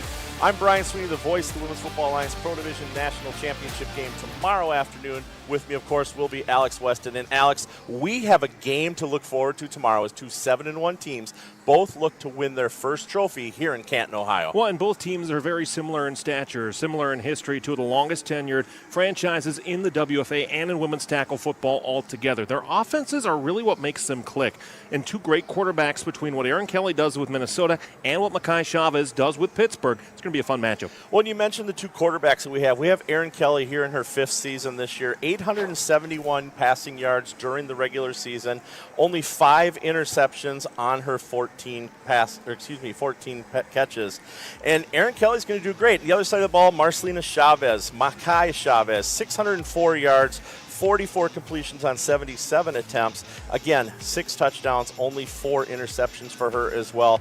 Your thoughts on what we're going to see these two quarterbacks do tomorrow afternoon? Well, you have competing styles of quarterback play. Erin Kelly, really that gunslinger type of quarterback where she can sit back in a pocket and really read a defense before making the right throw. It goes well into Minnesota's trick play style of offense that really stretches the field, makes it a lot of fun to watch. And for Makai Chavez, you know, when you lose your feature running back in Allison Napo, you have to start thinking about how do you reinvent your offense, and Makai Chavez has done that. Not only is she a great quarterback, but to be third in the WFA Pro Division in rushing yards as a quarterback, it's quite impressive to see what she's done, and Minnesota's defense needs to be ready for it. And both of these teams have not lost since their 5th game of the season. For Minnesota, it was back on May 30th when they lost to St. Louis at home. And for the Passion, they also lost at home to their arch rival, the DC Divas, back on June 6th. One of these teams will crown a championship here tomorrow afternoon, and no matter what happens, it will be the first time in the Canton era that we have a female head coach leading a championship team. And it's a testament to see just how well coaching has been developed. Connor Jo Lewis, a former player for the Minnesota Vixen, had a great career for Minnesota. And of course, you talk about Lisa Horton and Teresa Kahn. They both played for the Pittsburgh Passion as well. So to see how that's developed over time and really turn into something special, where the player to coaching pipeline works so well when you have players that played for the program and then they turn it into winning program as head coaches as well. It's going to be a great matchup tomorrow on ESPN2, live at 2 p.m. Eastern, right here at the Tom Benson Hall of Fame Stadium. We'll be back after this to go over the first half highlights of this Division II championship game.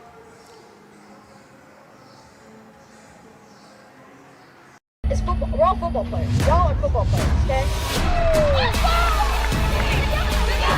Down, dead. Montiello's going to go straight ahead. Got a receiver caught, touchdown. They're back by him. What a catch! Houdiniac. Sideline, she breaks another tackle. They've got one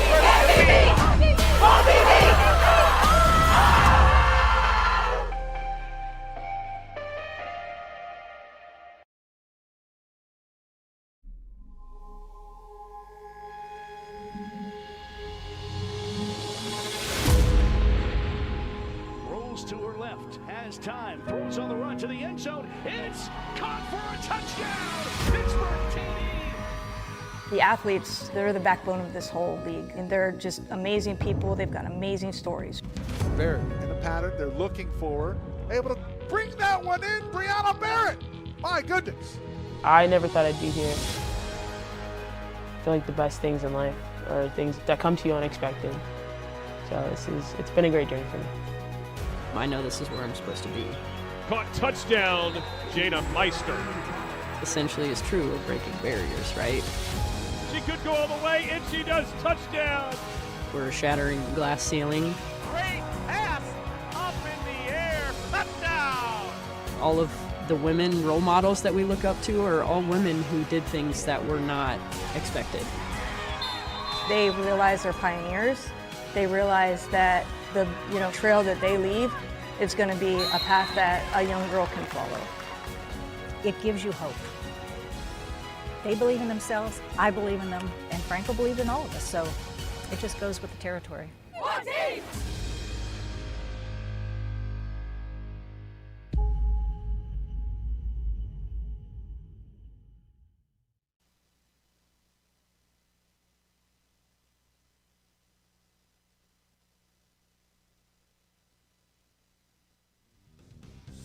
Welcome back to the Division II National Championship here for the Women's Football Alliance 2026. Alex, we had a lot of great excitement here in the first half of this game. And person I want to talk about right away is Shawnee Darkins from the OKC Lady Force. In my opinion, keeping them in this game so far. Well, and you look at the way that Darkins has contributed to this game so far, obviously with a touchdown, but the big interception as well on a ball that was tagged for that corner part of the end zone, and she just cut the route perfectly, read the route well, and was able to make a great play on the football to give OKC back life. The big storyline for me in this game, Brian, is how well OKC's defense has done when, a drive doesn't go your way for OKC, offensively and then defensively, and then it just turns on 2 big sacks of Lauren Vitak. And when you have that momentum swing in your favor, it works out in the scoreboard. Now, granted, they have the ball to start here in the second half. That's a good option for them. But I think I need to see them just be a little more explosive. They've gotten good run plays, but now they just need to be more explosive and take advantage of the clock and the ground game that they have. Well, the biggest thing, too, that we've noticed in this first half is there really isn't a kicking game for either of these teams. All 4 touchdowns, they've gone for the 2-point conversions. OKC's been successful, but they've also been stopped. And that's the live by the sword, die by the sword nature of the 2-point conversion. You obviously want to put yourself in a spot to get those extra points when you can on those 2-point conversions. But you also have to recognize the risk that goes in with that. An 8-point touchdown versus a 6 is a big swing, and we've seen it so far here in this game where right now those 2-point conversions are playing a factor. Defenses are playing a factor, but the run game of OKC is playing a factor as well. It's going to be a close, tight finish here for the rest of this game.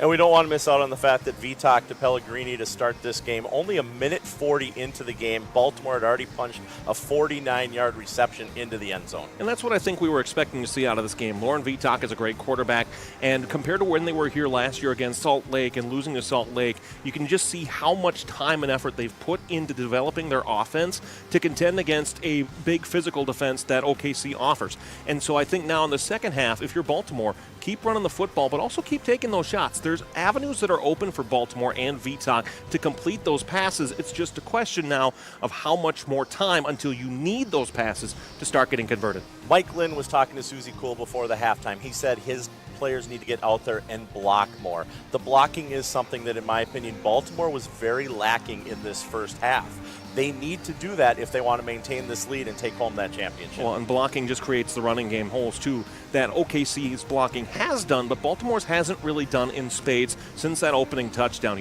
Everybody talks about the skill positions, the quarterback as being the reason why a team wins one way versus another.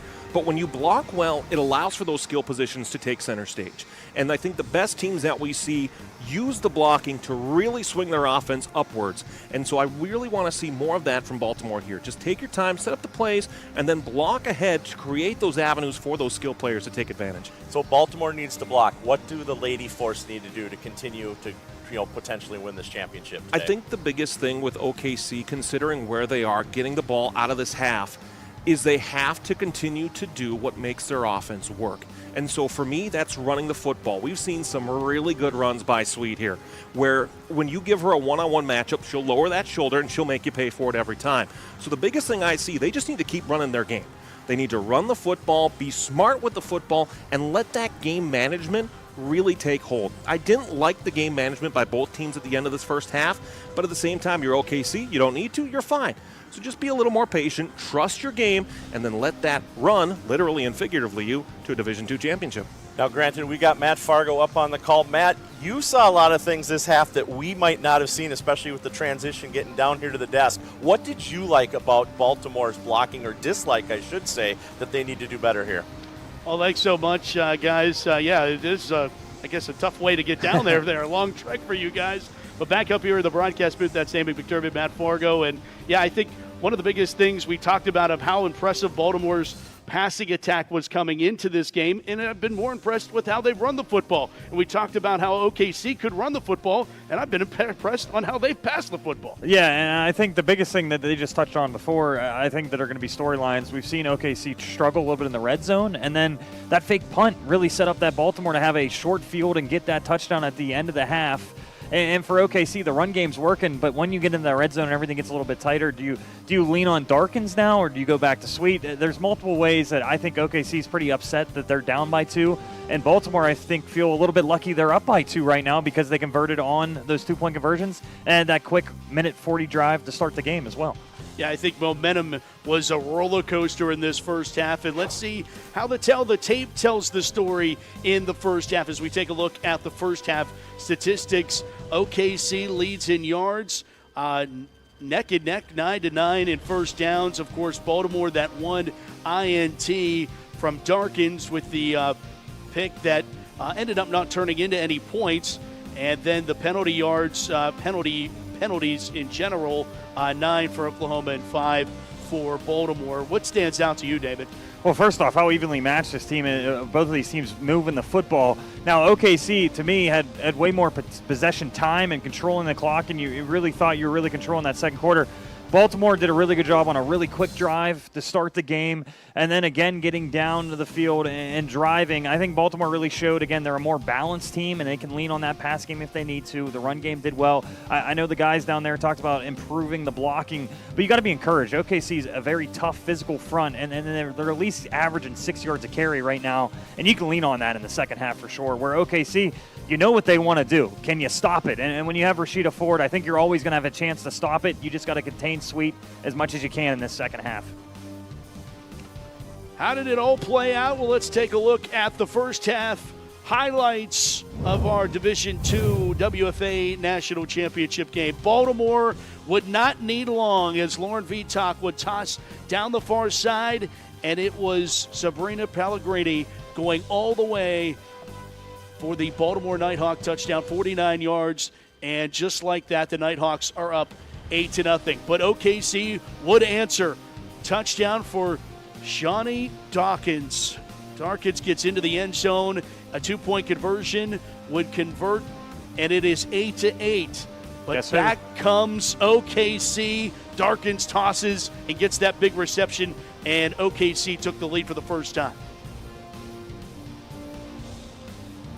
Baltimore would come right back trying to add to their score, but it was Darkins coming away. She caught a touchdown. Now she gets an INT as Vitak comes in to upend her after that pick, but OKC would sputter on that drive. That would allow Baltimore a minute to go, and they would drive down the field. Vitak tossing this time. Tanaya Bates gets into the end zone. 2-point conversion makes it 16-14, and that's where we sit now here in the Division II WFA National Championship game as they compete for the Franco Harris National Championship D2 trophy. 16-14 at the break, halftime here at Tom Benson Stadium. Come back for the second half of our action right here in Canton, Ohio.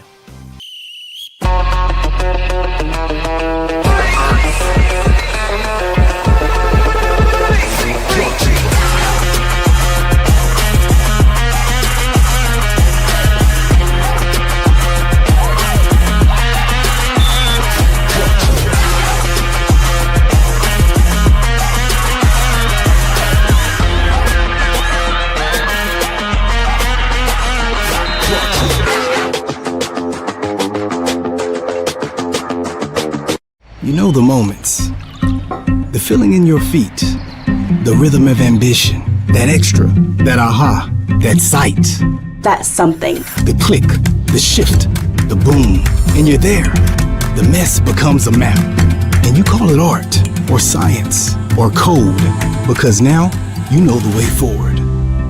For all the moments that drive you, there's edX. Fuel your ambition with thousands of job-relevant courses and programs at edX.org. This group right here, all around, is football. We're all football players. Y'all are football players, okay? Down. Good. Montiel is going to go straight ahead. Got a receiver caught. Touchdown.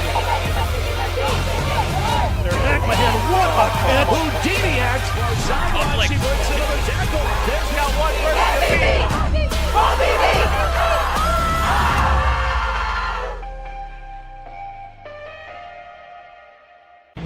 Recovery is everything. That's why Bee's DNA Vibe jazz bands are being gifted to everyone in the WFA. That's right. Thanks to the NFIM and the Shine program, every athlete in the Women's Football Alliance will be gifted the ultimate game changer for their recovery. This patented technology targets recovery at the cellular level so that we can maintain our peak performance.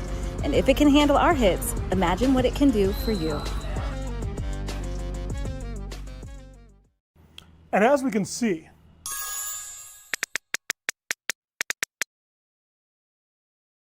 the future of technology is with us. You might be thinking, Doc, this is truly amazing. And we got. Hey, is the projector ready? Come on, time for a team meeting.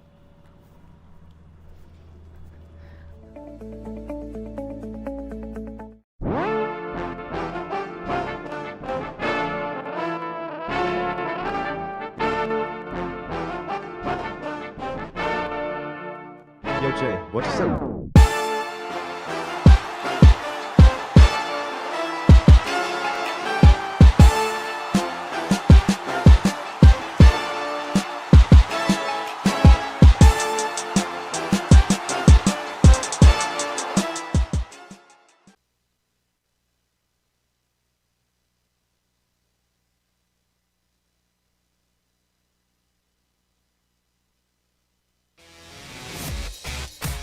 The WFA Division II National Championship is brought to you in part by A Nation and edX.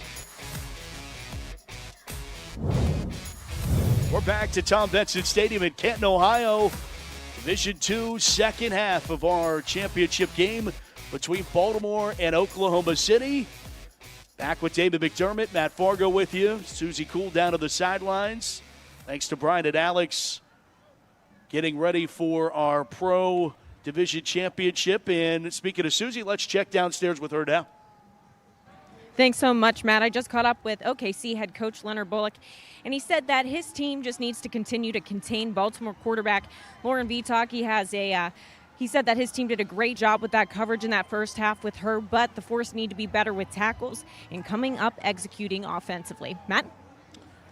Thanks, Susie. Yeah, you talk about a Baltimore Nighthawk team that averages 35 points per game coming into tonight's contest. And in OKC, they're not bad offensively either. They average 43.3 points per game. So both defenses doing extremely well considering the offensive outputs between these two. Here's Vitak, the run-up. And we're underway here in the second half at Tom Benson Stadium. And a little bit of problems there getting the ball secured for OKC. Jasmine Guy finally does so across the 32-yard line. Lost her helmet in the process. And OKC, good news for them. They get the football, Damon, to start this second half as they trail by 2.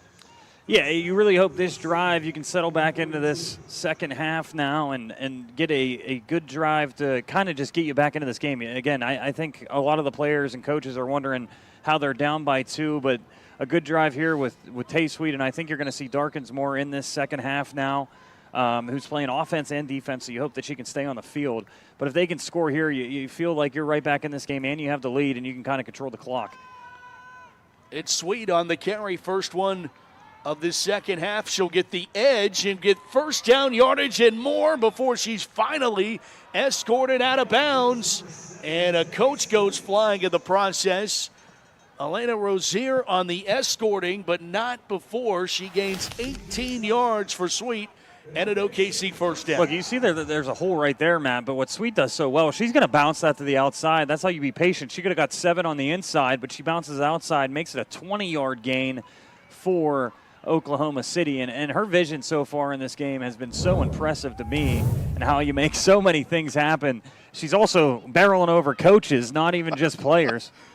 Yeah, she has no chill there. She was going through it just like a defender as screenplay set up. Darkins in trouble, and she just tries to lateral it forward. Dangerous play there. Baltimore jumps on it, and it's a scrum. Baltimore says they have the football. No confirmation from the officials, but they are switching sides right now. What in the world was Darkins thinking? trying to make too much happen in a championship game. She looks at her player. I think her knee might have been down. There's no way that was designed to sweep. Yes, this is going to be Baltimore football. It looked like Darkins was trying to get it over to Sweet. It was trying to get over to Sweet, and right there, I thought her knee might have been down, but she might have been on the motion of throwing it. We'll see it one more time here, and you see a defender leg underneath of hers. And, yeah, I mean, it's coming out of her hand right when her knee's about to go down. So, again, just trying to do a little bit too much in a championship game. You just got to take the tackle in the backfield right there. That is a huge mistake for OKC. And it's Chanel Ross. They carry off the left side, and Baltimore ran the football efficiently. They obviously had that 49-yard touchdown pass, but Chanel Ross, a steady dose of 34 in your Baltimore program, and she gets the first carry here, picks up 7.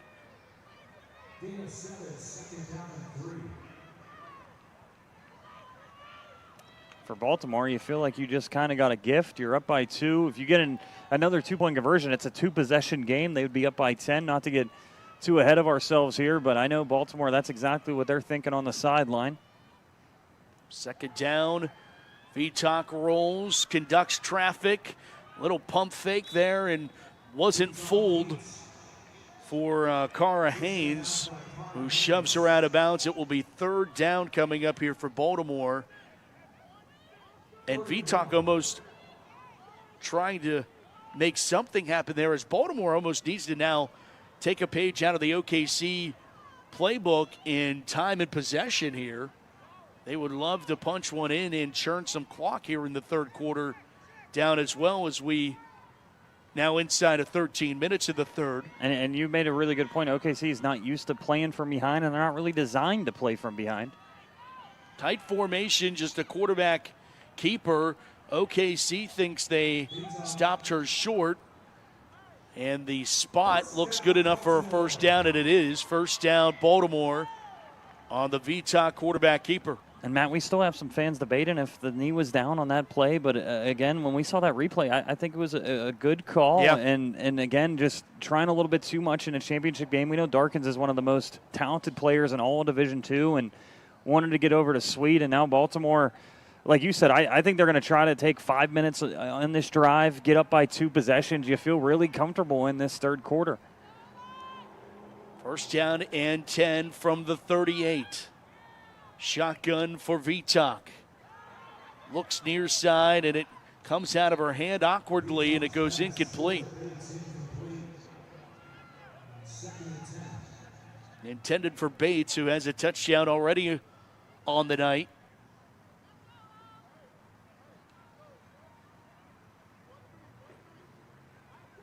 What's fun about this Baltimore offense, too, you can have Bates step up or any of these receivers. It seems like every drive someone else is going to get highlighted. And Vitok at the same time, you can't sleep on her legs. We talk about the passing touchdowns, but we've seen her get out of the pocket a lot, especially as they get closer to the red zone. I wouldn't be surprised if she calls her own number. OKC shows blitz. They go to the screen pass. It's completed, but immediate open field tackle as Ziobro made the reception, but immediately brought down. Lima on the tackle for OKC.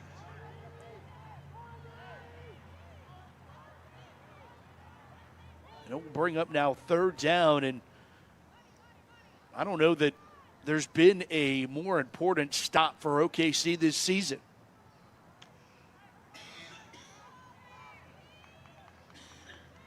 And so far in this game, Matt, they've had a couple huge stops to slow the momentum down every time you think Baltimore might be able to take that 2-possession lead.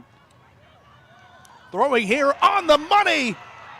First down and more. It's caught for a touchdown. Baltimore. Tanaya Bates, second time tonight. 38 yards to expand the Nighthawk lead. What a pitch and catch right there, and Bates has taken over the offense for the Nighthawks. If you go one-on-one with her on the inside, just a slant route to the outside receiver, almost like a skinny post, and then Bates going to take it right up the seam for an easy touchdown for the Nighthawks, and a little bit of an early celebration, but you got to feel pretty good now as you can get up by two possessions now. Right now you're up by 8. They do not kick extra points on this team, so they are going to go for 2 here and make the lead 10. A tight formation. Bootlegs. Vitok looking for the goal line, and it's denied. What a tackle. And it's Darkins again to keep it a one-score game. What a tackle by Shawnee Darkins. Another look. Best on best here. Darkins doesn't get a block on her to the outside, uses that outside shoulder to stay free. A little extra taunting from both teams there, as Vitok didn't like it, but Darkins making a huge play. And again, Matt, that is huge, because if you score and get a 2-point conversion, it is all tied up, and it is completely fine for OKC. If you're down by 10 in the third quarter, you start to get a little bit nervous. You're going to need 2 touchdowns, because we haven't seen either one of these teams attempt a field goal or an extra point in this game. So you're going to need 2 touchdowns. So 22-14. Baltimore will have the lead, and it will stay a one-possession game. And almost fitting that these two, the way that they played tonight, it is still in striking distance within a possession. Is OKC to get this one back? Vitok to kick it away.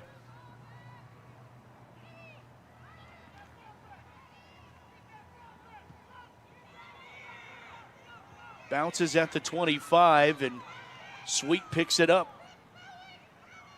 And tries to go through everybody. She just tried to run the gauntlet herself and gets to the 34-yard line. OKC and the Lady Force were cut out, but still a ton of time left, Damon. This is, where you don't have to grip the football any tighter. You don't have to go out of what has worked for you all season long, and that's possess the football, run the football, and expect OKC to come out with their typical game plan at this point in the ball game. Yeah, nothing to hurry yet. It is the third quarter. You're down by 1 possession right now, but I will say the Nighthawks, the last couple drives, have slowed down this rushing attack even just a little bit. First down, and it's Sweet. Finds a crack in the blocking there as Baltimore tries grabbing at the arm tackles of Sweet, trying to pull her down, and she gets across the 40 to the 41-yard line. Davis in on the stop for Baltimore.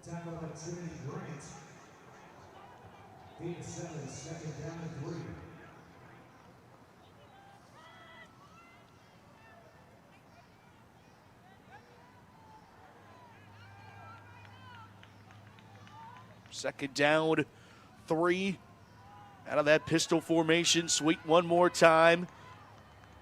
Lowers her shoulder, picks up the first down to the 47. Fresh set of downs for the Lady Force. And I think the storyline in this second half is how long can Sweet stay in this game before she's going to need a breather? Do you go to Darkins? Do you go to a die? I know it's the championship and you run the wheels off of Sweet, but you want to stay fresh in this game so she can make some explosive plays for you as well. And how it's tracking right now, she might get to 30 or 40 carries in this game. See why she was first-team All-American honors in the WFA in Division II. Change of pace back as they give it off to Cara Haynes. And I like seeing that. Just a couple plays to kind of spell her. She knows she's not getting the football there. Again, I know Darkins comes in for more of that wildcat formation, but the way she runs the football, I'm not surprised sometimes they just give her a carry or two as well for Sweet. 6-yard gain, second down and 4.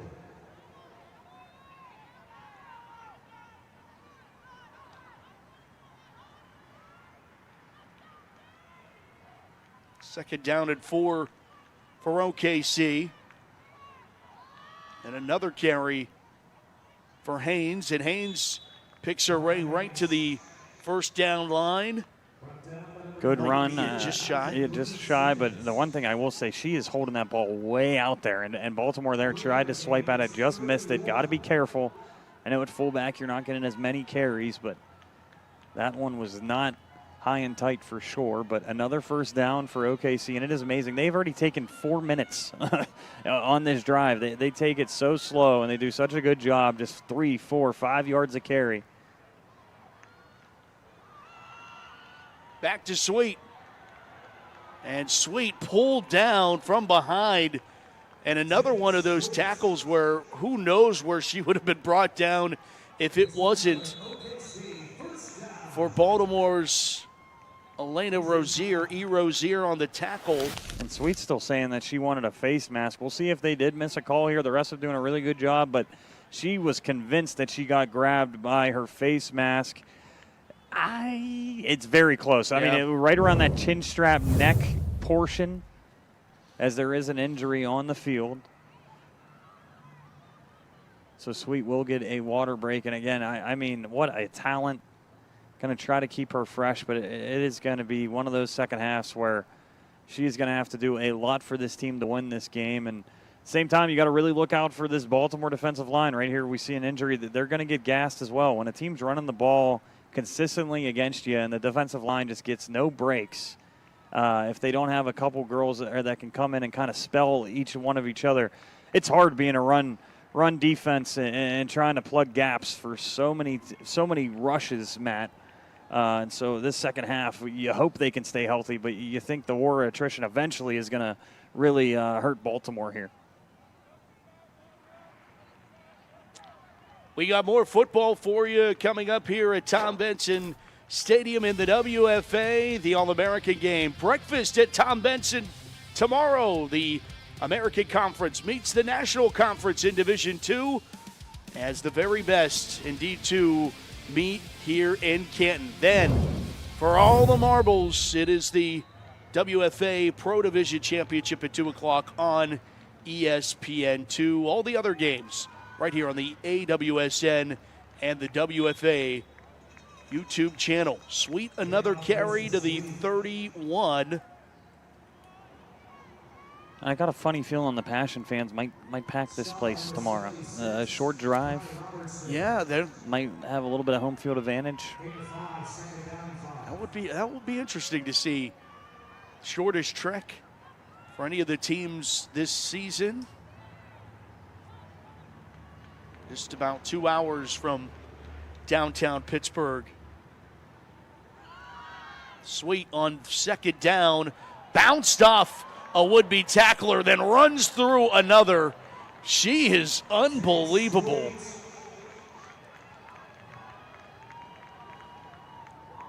Matt, I would advise nobody to tackle Sweet after seeing that one. I'm not going to lie. I'm a little lost for words, as it's only going to be a 2-yard game, but it's going to be the most exciting 2-yard game you've seen all day. Watch this. Boom, right in your face. If you're wondering what women's football is all about, Tay Sweet coming at you, and then doesn't get taken down there on the sidelines either. They need 2 yards. A die's in now for Sweet.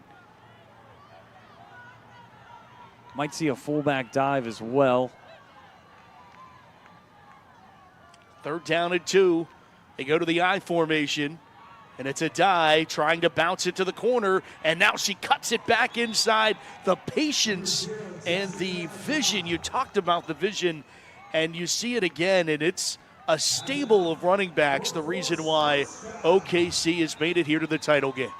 And a die, again, impresses me. I was about to say she shouldn't bounce that one to the outside, but then she goes back inside to get that first down. It looked like it could have been a mistake. And, I mean, she's taking some shots, but she's doing a really good job being that change of pace back for Oklahoma City when she needs to come in for Sweet. Talking about travel, and fans from OKC go, what about us? 15 hours and 24 minutes. About 1,041 miles from Oklahoma City here to Canton, Ohio. Some of the hot air balloons out. There's an injury we're waiting on. Let's check downstairs with Susie Cool. Thanks, Matt. We saw linebacker from Baltimore, Trinity Grant, come out a couple plays ago. She was on the sideline being checked for concussion protocol, but you will see her back in the game. Nothing is going to be keeping her out of this championship game. Matt? Thanks, Suze. First down at 10 for OKC at the 26.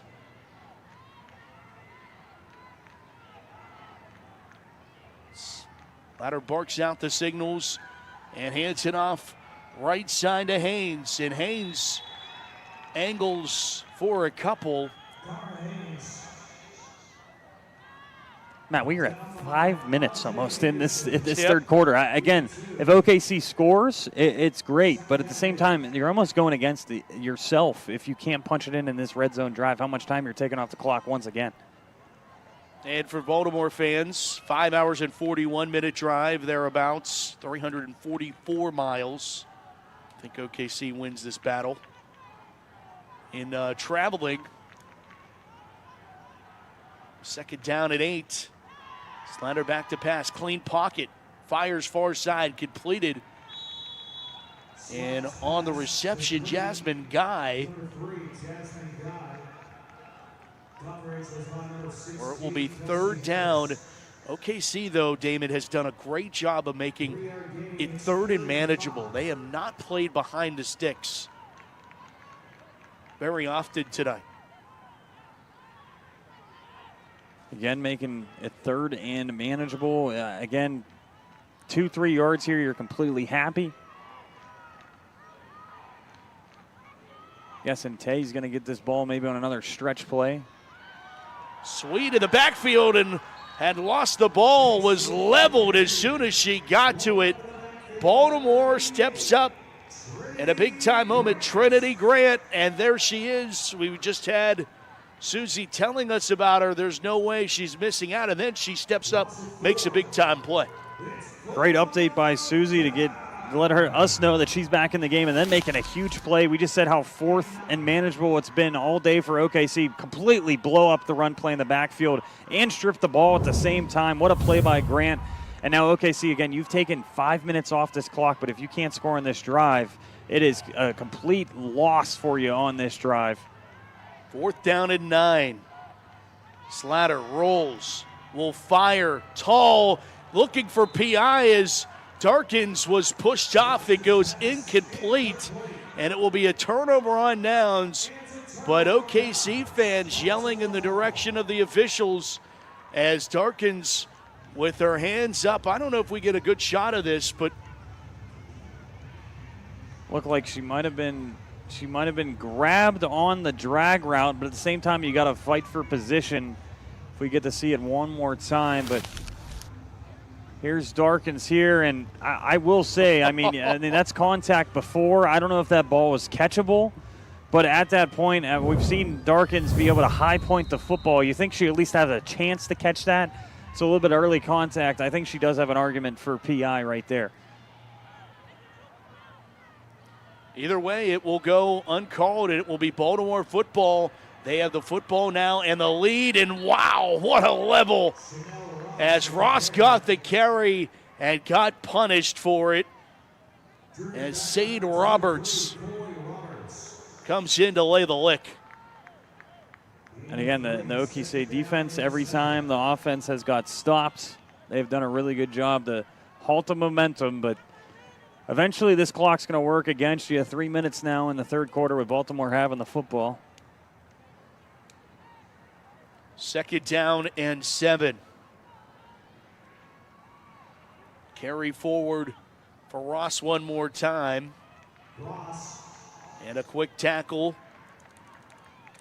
OK City's Petty again on a tackle. She leads the team in tackles tonight between Petty really has stepped up a big way, and obviously Cara Haynes also in that vicinity.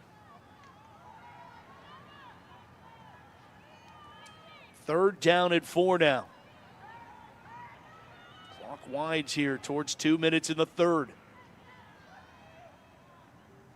Vitak, double clutches. Now we'll take off and run with it. Looks to angle towards the first down marker and more. There goes Vitak. She's over midfield and finally knocked out of bounds across the 40-yard line. How about the run from Lauren Vitak? calling her own number and gaining 31 yards in a Nighthawk first down. What a big play by Vitok. Again, I said in the second half she's going to use her legs a little bit more. Wanted to see that ball downfield, then says I'm going to call my own number. One more pump fake, the full defender, and then I love that she says, oh, I can get another 15 yards if I just use this sideline to my advantage. Way to use your legs. You take a shot right there, but well worth it. Big run for Vitok and a big play for Baltimore to keep this drive going. Again, the clock's going to be your friend eventually, especially if you can get up by 2 possessions here late in the third quarter. The Nighthawks setting up shop, first down and 10 inside OKC 40. They're in pressure. Vitok conducting traffic and just threw that out of the reach, incomplete. Trying to hit Ziobro, bring up second down at 10. Love how she kept her eyes downfield, looking for a receiver. You do not have to run the football at all times as your Vitok, just a little bit out of reach of your receiver, but really looks like Vitok's going to command this game in the second half for Baltimore. And if she can use her legs, it becomes a very dangerous offense that we've seen work so well this year.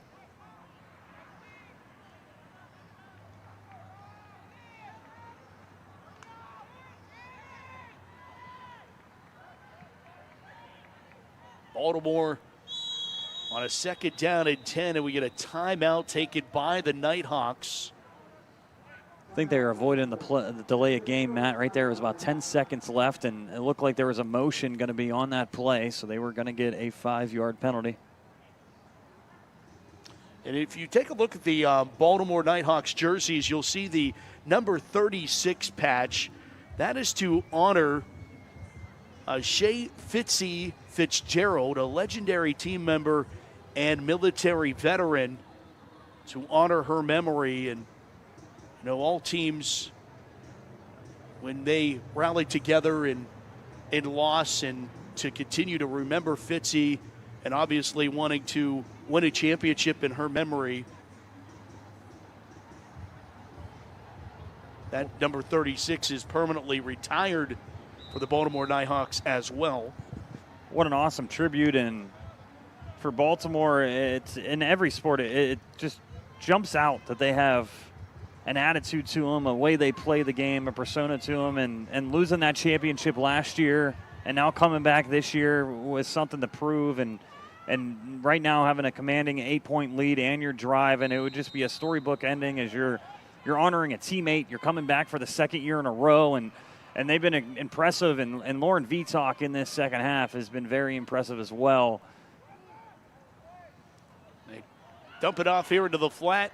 Bates on the reception, trying to keep her balance and could not, as Darkins makes the tackle behind the line of scrimmage, so it's going to lose 2, maybe 1 officially, back to the 39, where it will be third down coming up.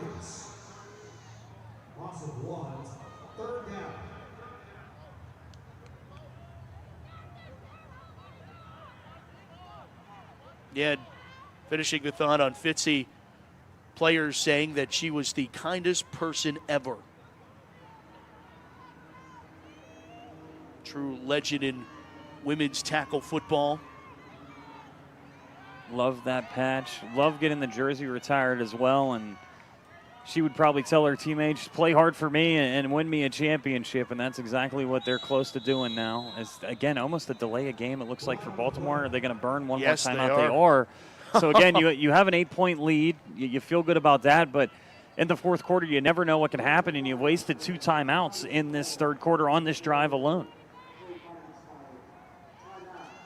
Yeah, David, I have to say, when you get to the third down portion of this, if Baltimore can go down and score, it's going to be no harm, no foul. You take a 2-score lead, and you cut your losses there. So what, we had to burn those timeouts, it's worth it. But if you come up empty on this drive, that changes the narrative and the potential storyline for how this game could play out of the final frame. But you also don't want to, you got to play for right now, and in this case, you don't want to give yourself any harder of a situation in terms of down a distance, and that's why they've had to burn 2 timeouts here in the third quarter.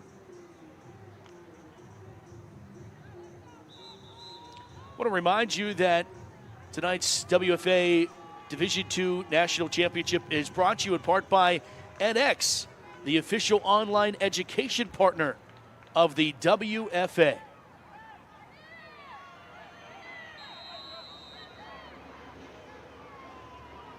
Third down and 11.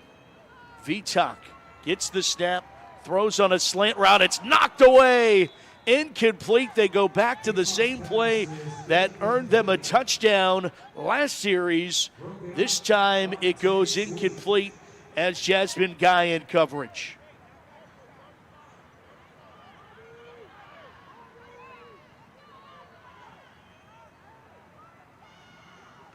It's fourth down. We'll bring up fourth down.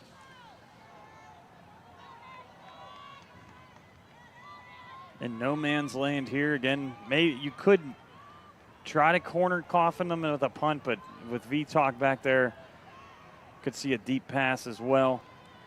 Back to pass, steps up. Here comes the pressure, runs into her own lineman. Now she throws it out, but she overthrows it, and a flag is down. We will check the flag. It goes incomplete, so as the play stands, it's a turnover on downs and it's OKC ball, but we will check the penalty.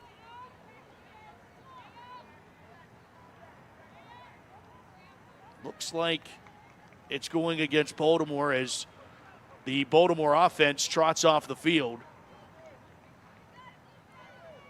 So good news for Lady Force fans. A huge stop once again. Every time their offense kind of sputters, their defense gets a stop. And I think they're still discussing if she threw that football past the line of scrimmage. Thought her back foot was still behind the line of scrimmage.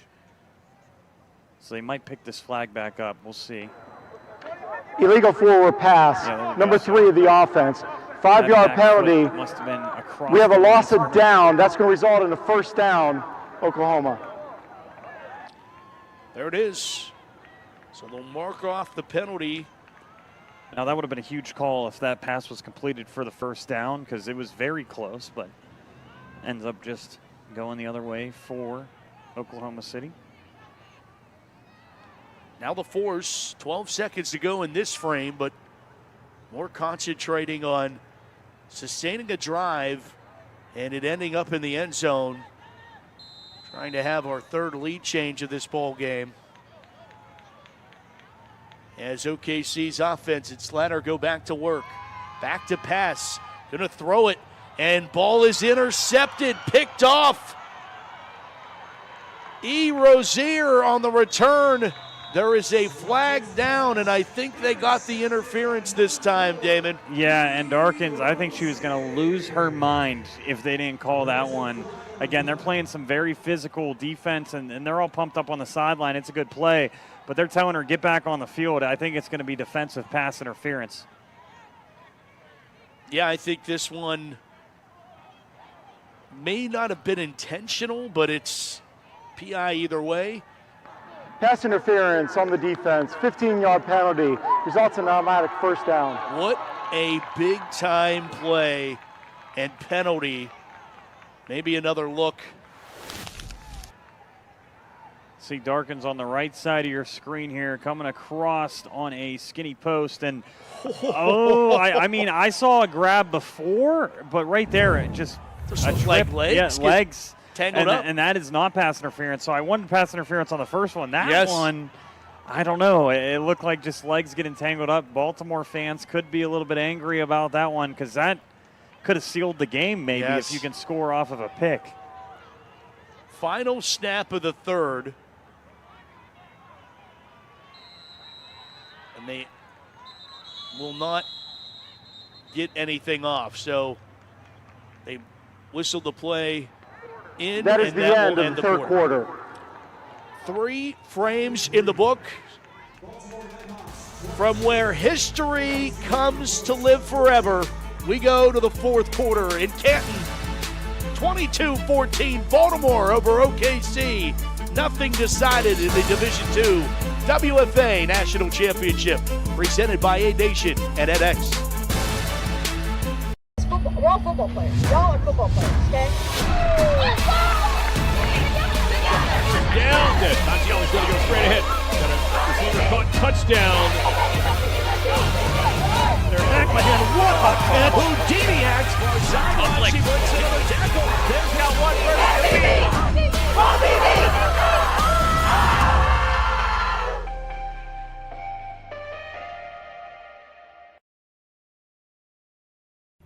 And as we can see,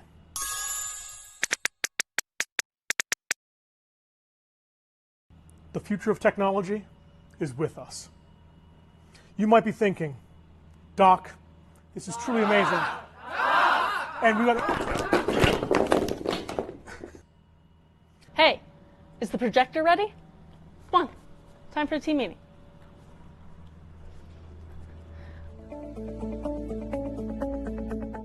You know the moments, the feeling in your feet, the rhythm of ambition, that extra, that aha, that sight.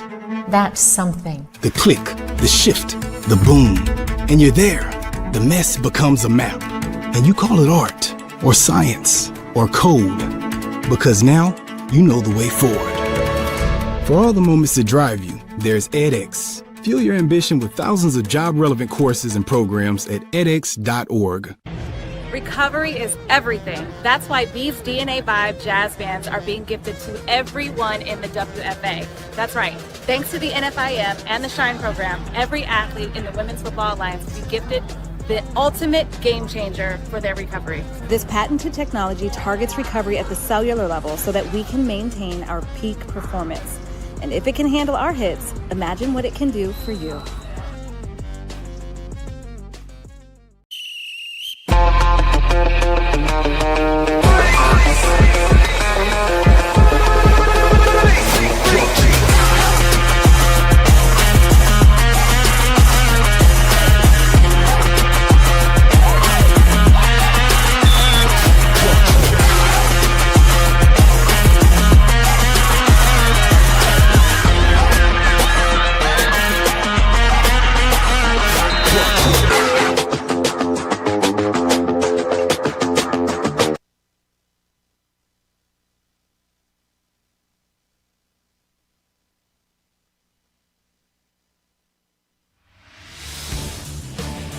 The WFA Division II National Championship is powered by A Nation and edX. Let's play a fourth in Canton, Ohio between Baltimore and Oklahoma City for the Franco Harris Division II National Championship trophy. Back with Damon McDermott, Matt Fargo, Susie Cool down on the sidelines. Fourth quarter underway in Canton, and a handoff left side for OKC.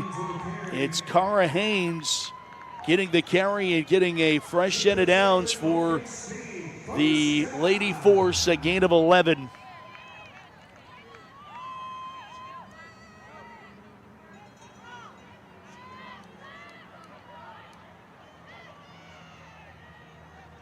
As we buckle down here in the fourth quarter, a must-score drive for these Lady Force.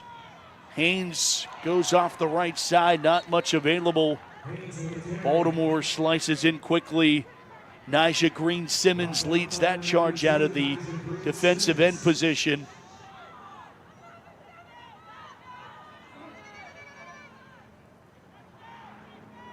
And Matt, for OKC, you end up being your own worst enemy here if you don't score on this drive. Again, this offense, you're not going to see a lot of no huddle. They're going to waste a lot of time marching down the field, but now you're in the fourth quarter down by 8. Sweet back into the ball game. He gets the carry on second down and only picks up 2. It will be third down and 8 at the 29-yard line. You know it's 2-down territory, so you try to almost look like you want to eat half of the pie instead of the whole thing on this third down. Yeah, again, here you would love to get a third down conversion, but Sweet's out of the game. It dies in. If you can get a fourth and manageable here, I think it's a win for OKC. Sweet carries, and she pushes forward or beg your pardon, now it's a die. And it is 3rd down, and he got about half of it. So 4th down coming up here at the 26-yard line. You need the 21 for a 1st down. 4th down and 5 it is. They've converted 3 4th downs today.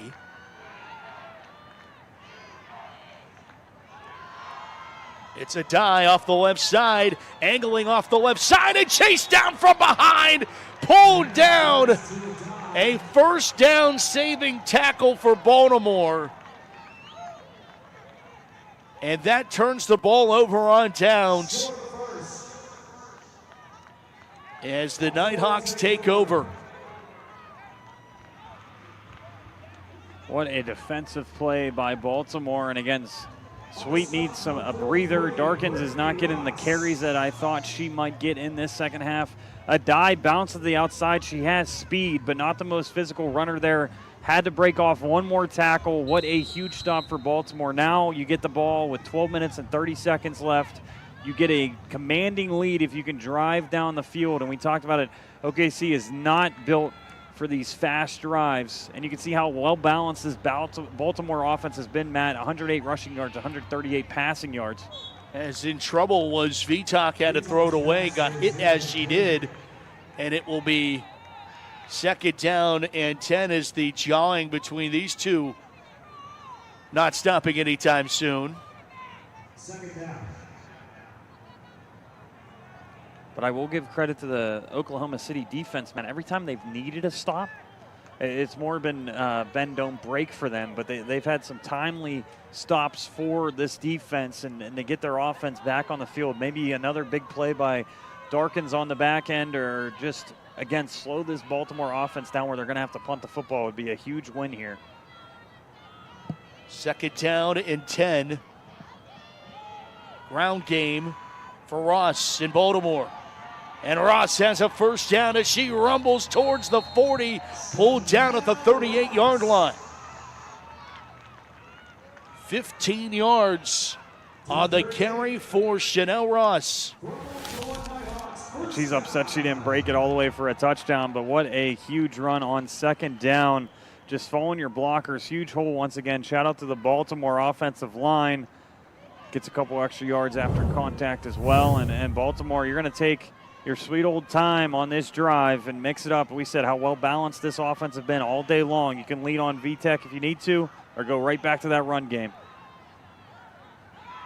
Ross again. Ross cuts back, 1st down, and gets pulled out of bounds, but not before another gain of 10.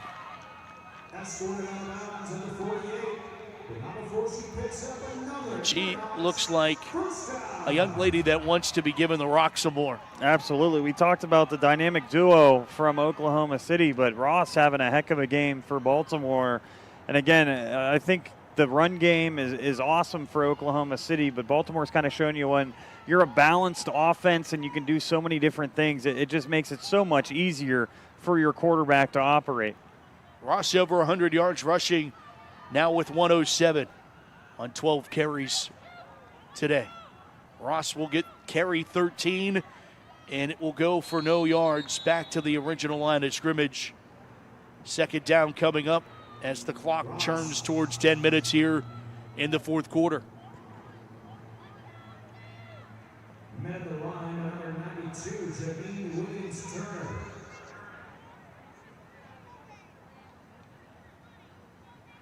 Baltimore lost those 2 games back in May to Pro Division Team DC and the Divas, and then lost a 1-point heartbreaker in more of the battle of the DMV against the Richmond Black Widows, who were a championship contender a season ago in D3. As Ross carries here for the 2nd down carry to the 45-yard line. It will bring up 3rd down for Baltimore. 3rd down and 3. And then, since those 2 losses back in May, they've won 5 straight.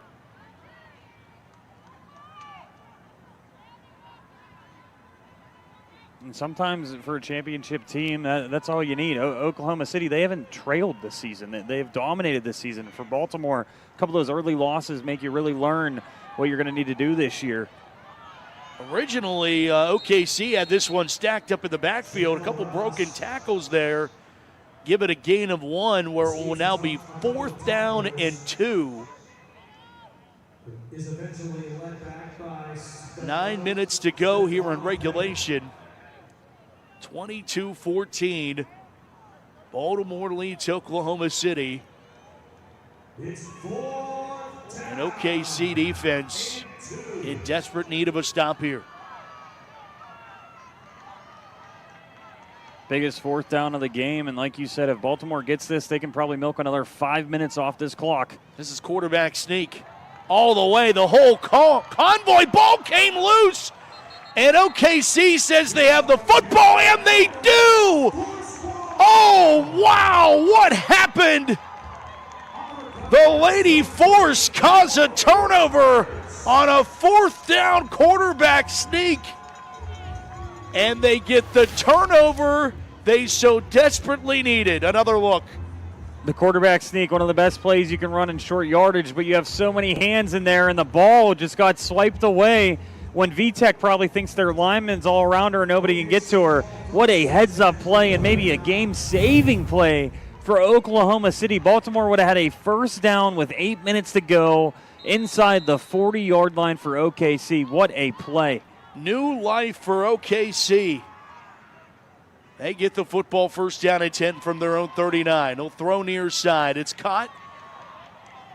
And a couple nice moves, and then you thought she was just going to sidestep out of bounds, but Brianna Morris had plans of her own to pick up some more yards after the catch into Baltimore territory down at the 44. And I like they're kind of trying to change it up just a little bit in this drive with the pass early on, and now you get Sweet back in the ball game and get back to your bread and butter. 17 yards on the pass and catch, and this game has had just about everything in our lid lifter of championship weekend. Back to pass, Latin. Looks here near side, throws, and a little bit off target, incomplete. Trying to find Jordan Devonshire, the intended receiver. It's 2nd down coming up now at the Baltimore 44. And that one just rushed a little bit. Thought you might have Sweet on the other side if you went through your progressions there.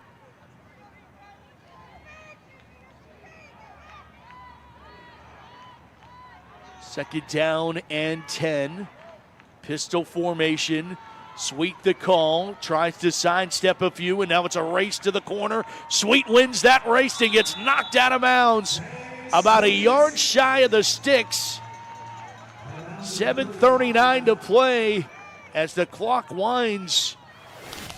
1 yard short of the 1st. Thought maybe bouncing that one outside's a little bit risky, but really good downfield blocks. And Sweet, as soon as she gets to that 2nd level, nobody wants to tackle her. Good job using the sideline to get her out of bounds as quick as possible. Slatton from I formation.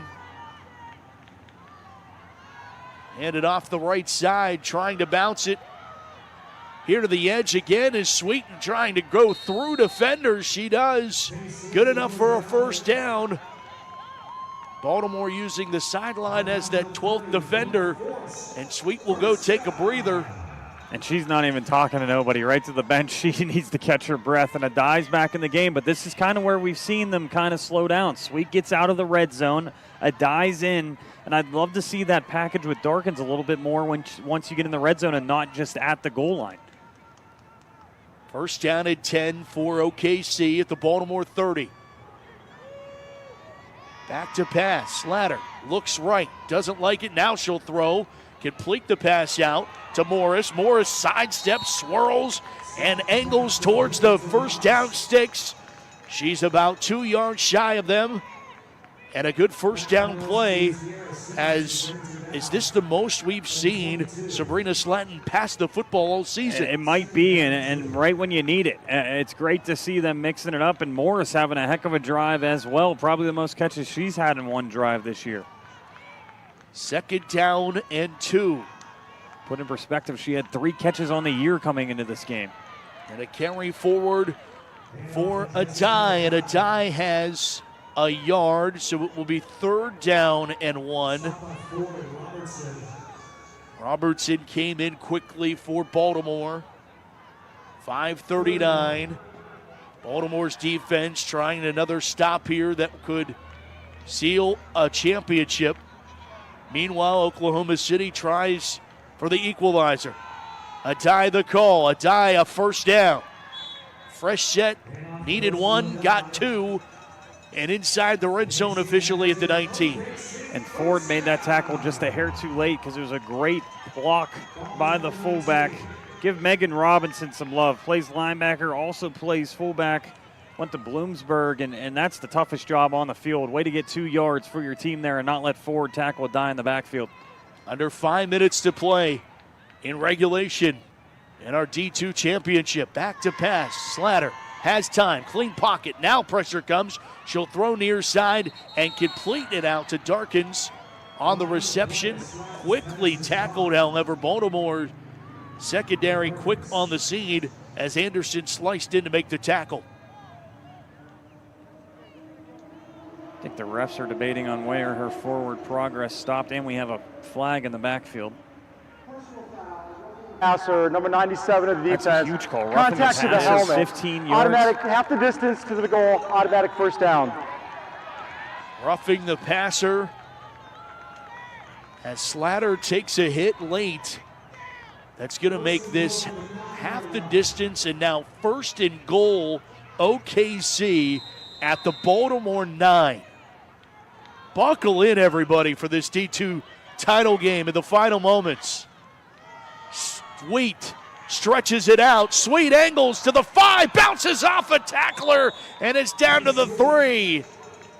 Or it will be 2nd down and goal.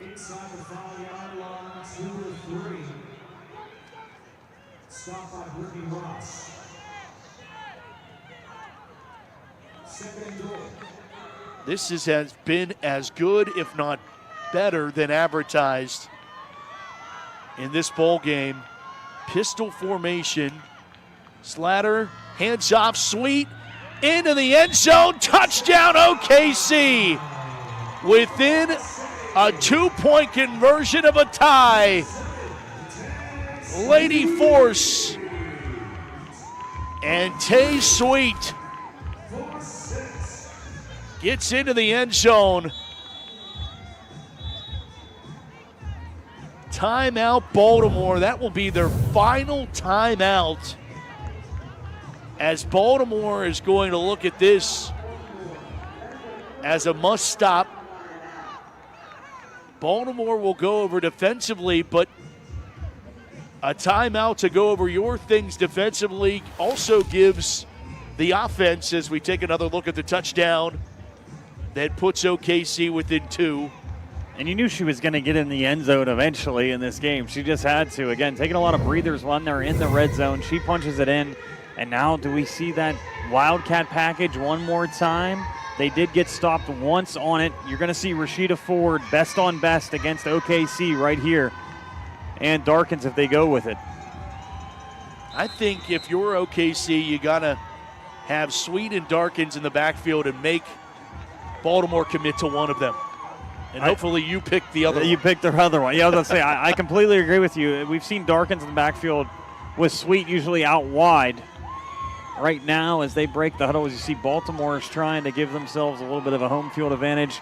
We do have that package, and Darkins is in the backfield. They are 1 for 2 on 2-point conversions tonight. This one to tie the football game with 3:59 in regulation.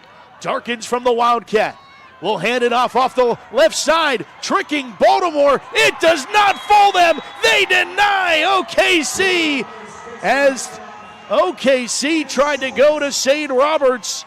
Misdirection does not fool the Nighthawks, and Baltimore stays in front by 2. I honestly love the play call, Matt, other than getting the ball out of Darkin's hand, but you have so many people going to her. But really good job by guess who? Rashida Ford, the best linebacker in Division II. I'm going to keep saying it. Did not bite off of that read option and go after the running back. And now no timeouts for Baltimore, 3 for Oklahoma City. They can make Baltimore punt, but you got to feel pretty good up by 2 with 4 minutes to go.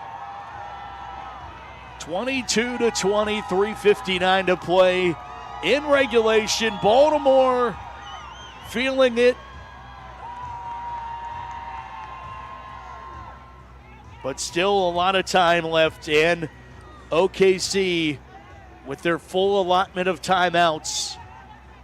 Baltimore's run the football exceptionally well. Of course, that was OKC turning a Baltimore turnover, a fumble on a 4th down by Lauren Vitok. Watch out, Matt. You could see some trickery here. Maybe a surprise onside kick. It's Cara Haynes doing the kicking duties. And the regular kickoff team is out there for Baltimore. No hands team. They're going to go deep. You never know with 4 minutes left, but they think they're going to be able to get a stop on defense.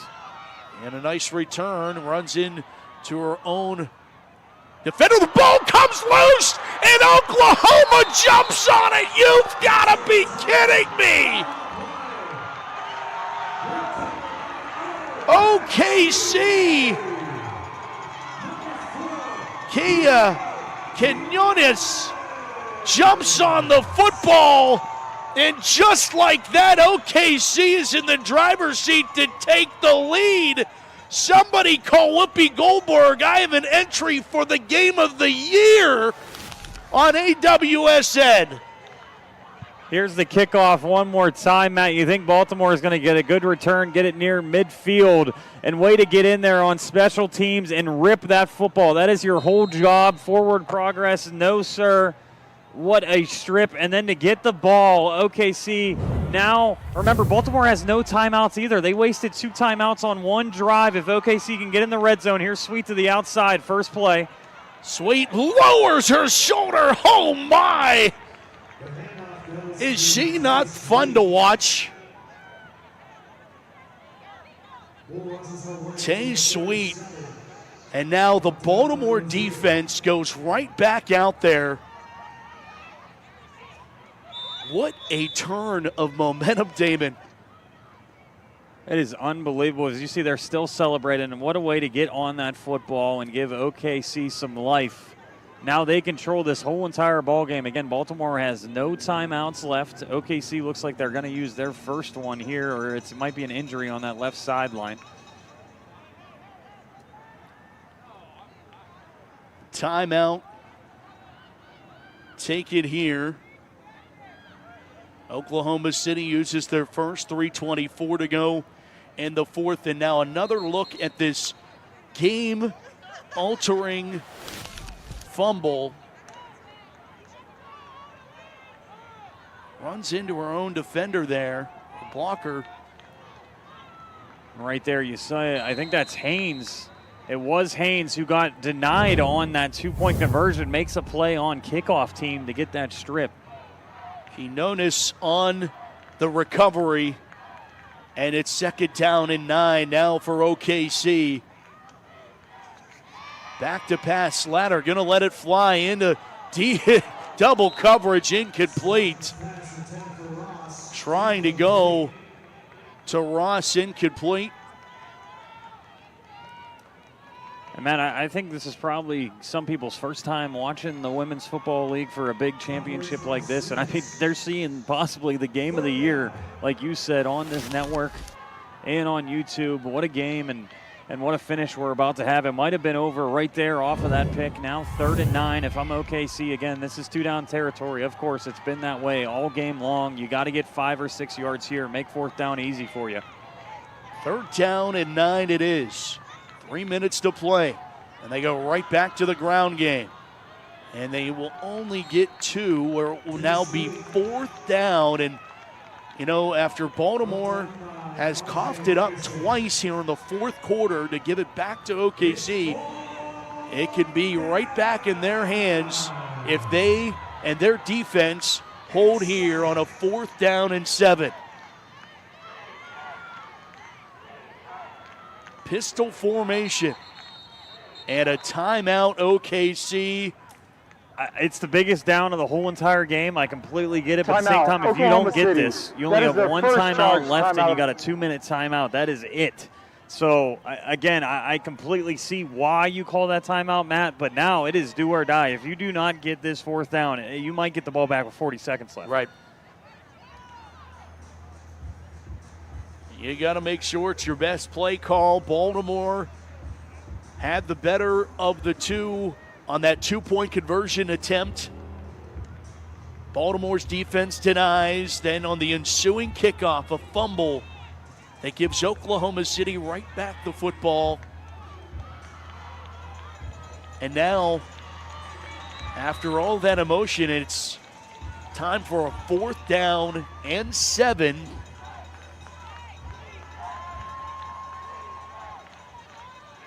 From the 35-yard line, from the pistol. Sweet is the setback for Slatter. Back to pass. We'll check it down to Sweet, who drops it incomplete, and Baltimore holds again. The Nighthawks get another life, and it will be back into the hands of Baltimore with no harm, back in the hands of their offense, still with that 2-point lead. Again, Sweet, it looks like she is gassed, and I don't know even if she caught that, if she's going to be able to get a 1st down. Now for Oklahoma City, you have the 2-minute timeout, but that is it. You cannot let Baltimore get multiple 1st downs on this drive or the game is over.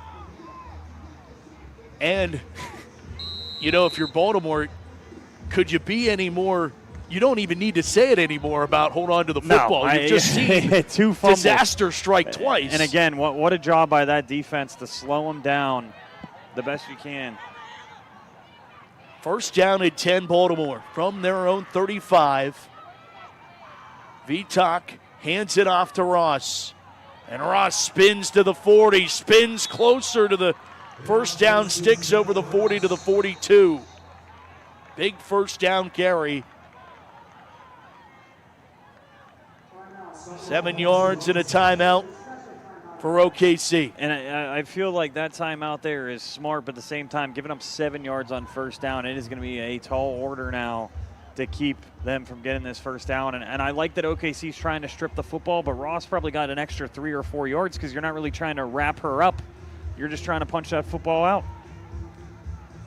More football on tap for you tomorrow here from Tom Benson Stadium in Canton, Ohio. It's the WFA Pro National Championship. The Minnesota Vixen and the Pittsburgh Passion live tomorrow, 2 Eastern on ESPN2.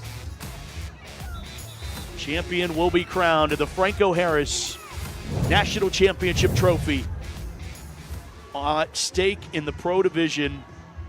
Minnesota and Pittsburgh. Should be a great one. It's weird. You got some Passion jerseys in the stands tonight. Oh, yeah.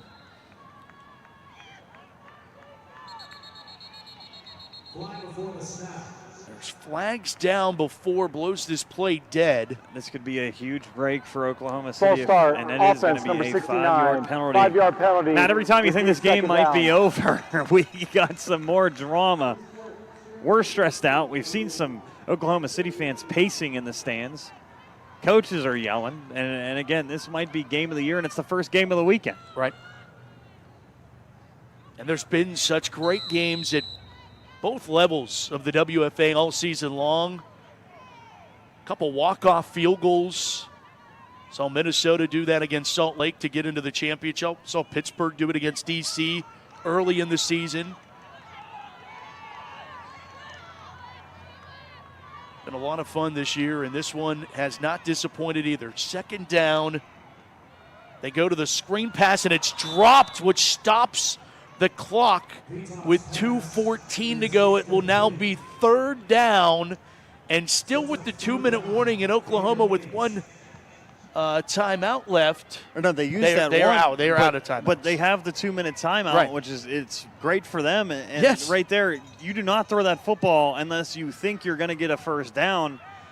And now Oklahoma City thought this game was over. You saw some of the linemen on the bench kind of have their head down, and now they might get the ball back before the 2-minute timeout, depending on what Baltimore calls here. You either got to get the first down and the game's pretty much over, or you run the football and trust your defense. Those are your two options, and that's why I love announcing games, and I'll never be a coach on the sideline. 3rd down. Vitak will throw over the middle. Got a receiver for the first down and more. Hauled in by Ziobro. And that will give them the first down and get to the 2-minute warning. Baltimore dials it up just when they need it. It's a 25-yard gain. Another look. Right down the seam. What a gutsy call, but you trust your veteran quarterback right there, one of the best quarterbacks in D2, and have the helmet come off. You do not care. That could be the game-sealing catch to win a championship for Baltimore. And I feel like Ziobro lost her helmet every time she caught the football tonight. Once or twice, but it's well worth it. As you can see, I mean, she's been beat up a little bit in this game, but what a catch and what a reception, and it might be the game-winning play for Baltimore. So this is actually the timeout that Oklahoma still had a timeout left. So we thought they... Yes, okay. they still had one, so they just used their final timeout with 2:05. So that stops it before the 2-minute warning.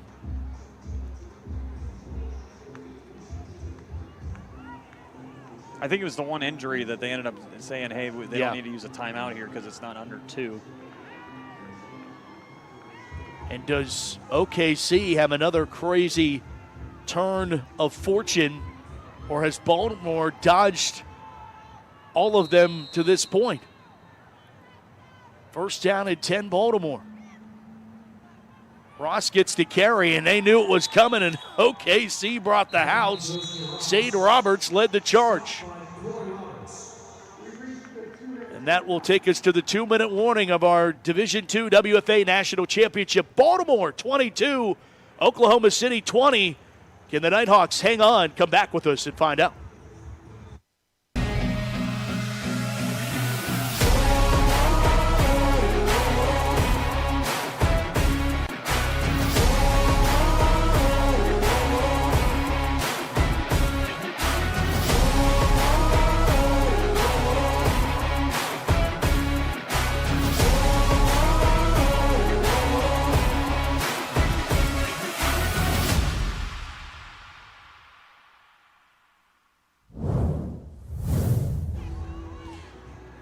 From Canton, Ohio, in the Hall of Fame Village inside Tom Benson Stadium. 2 minutes to play here in the fourth quarter. Division II WFA National Championship. Beautiful sight for the pinnacle of women's football. And fans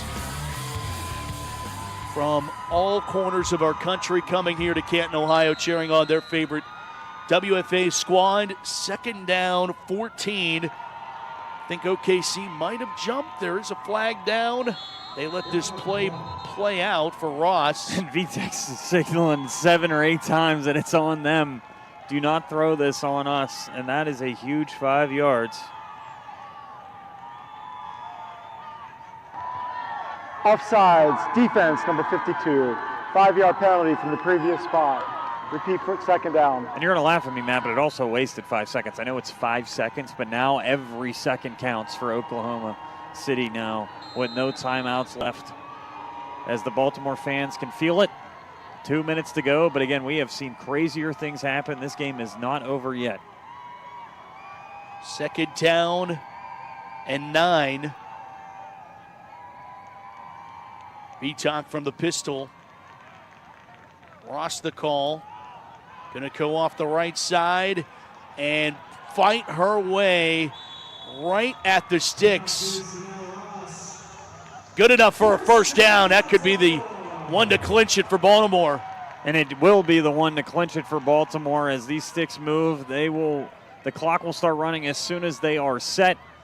If I'm Baltimore now, you just knee it 3 times and you get to celebrate a championship after losing last year. What a story for Baltimore, and what a game, Matt.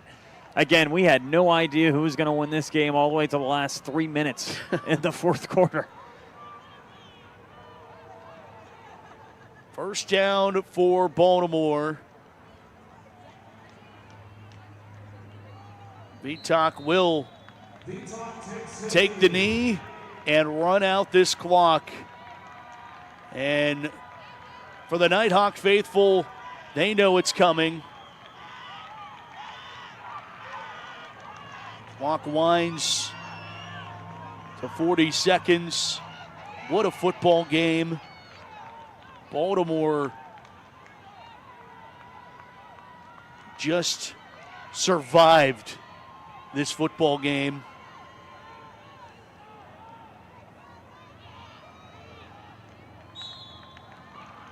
Down to another knee, and that should do it. The second time is the charm for Charm City. And the Baltimore Nighthawks are your Division II WFA national champions. 22-20 the final. The Nighthawks come back to Canton and are going to leave with hardware this time around. Matt, you couldn't ask for a better game between the two juggernauts in Division II. Came down to the last drive. And remember, a game-saving defensive play on that two-point conversion, or we could be going into overtime. What a story. We talked about all the things that motivated them this year, and for Baltimore to get another championship for their city. These women tonight represented the city well, their team well, and what a victory for them. And they will have the choice if they want to move up to Division I after winning this Division II championship. What a way to kick off this weekend, and what a win for Baltimore. What a story. The tears and hugs around for the Baltimore Nighthawks. And what a football game in every way. You tip your hat to OKC, a valiant effort, and their return to the WFA after a year hiatus.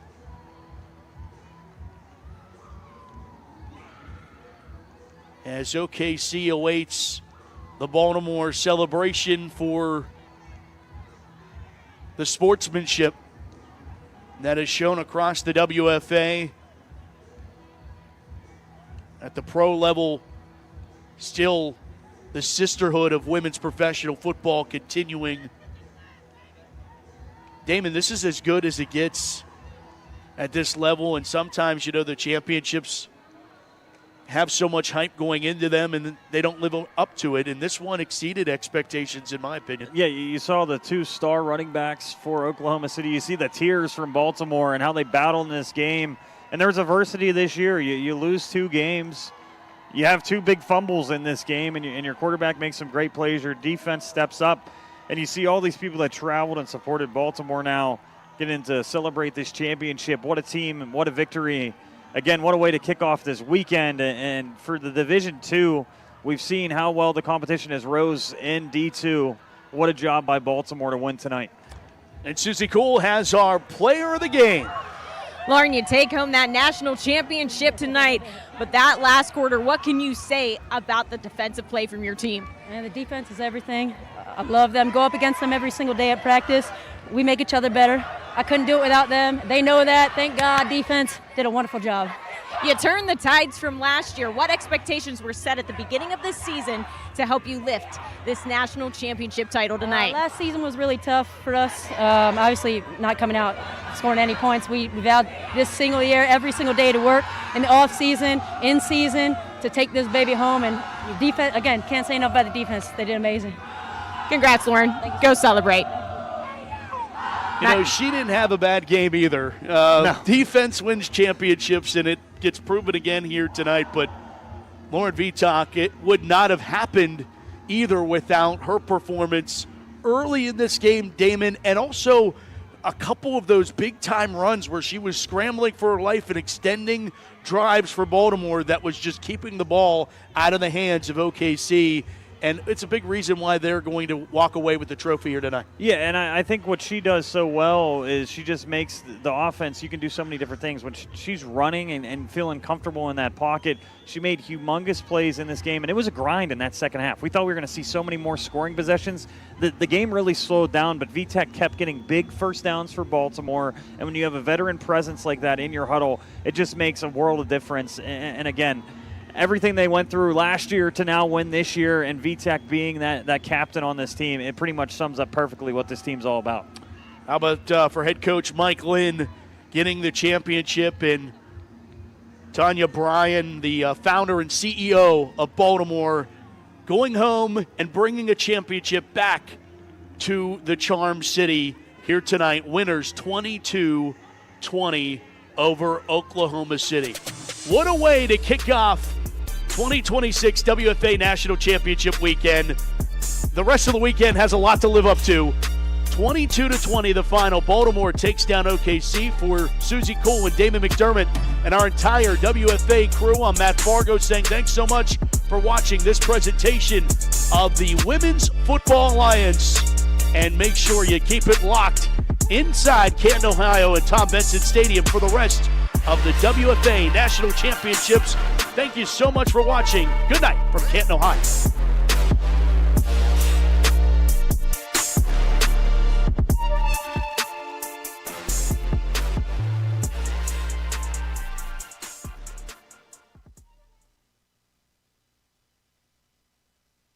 It's football. We're all football players. Y'all are football players, okay? Down. Good. Contiola's going to go straight ahead. Got a receiver caught. Touchdown. They're back by hand. What a catch. Houdini acts. Sideline. She breaks another tackle. There's got one for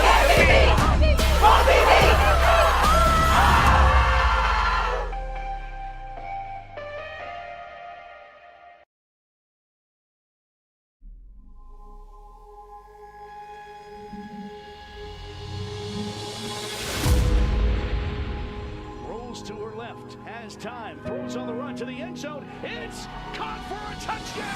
Pittsburgh TD. The athletes, they're the backbone of this whole league, and they're just amazing people. They've got amazing stories. Barrett in a pattern, they're looking for her. Able to bring that one in, Brianna Barrett. My goodness. I never thought I'd be here. I feel like the best things in life are things that come to you unexpected. So it's been a great journey for me. I know this is where I'm supposed to be. Caught touchdown, Jada Meister. Essentially is true of breaking barriers, right? She could go all the way, and she does. Touchdown. We're shattering the glass ceiling.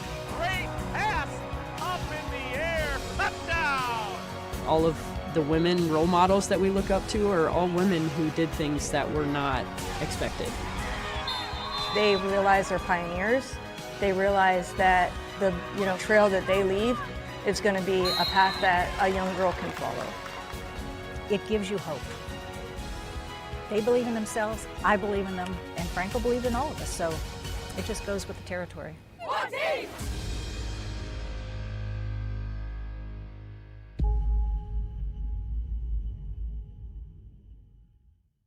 You know the moments, the feeling in your feet, the rhythm of ambition, that extra, that aha, that sight, that's something.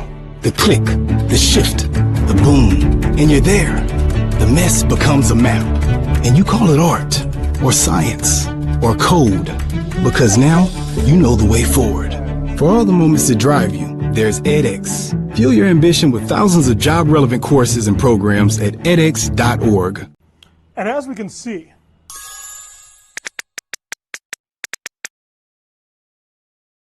the future of technology is with us. You might be thinking, Doc, this is truly amazing. And we got. Hey, is the projector ready? Come on, time for a team meeting.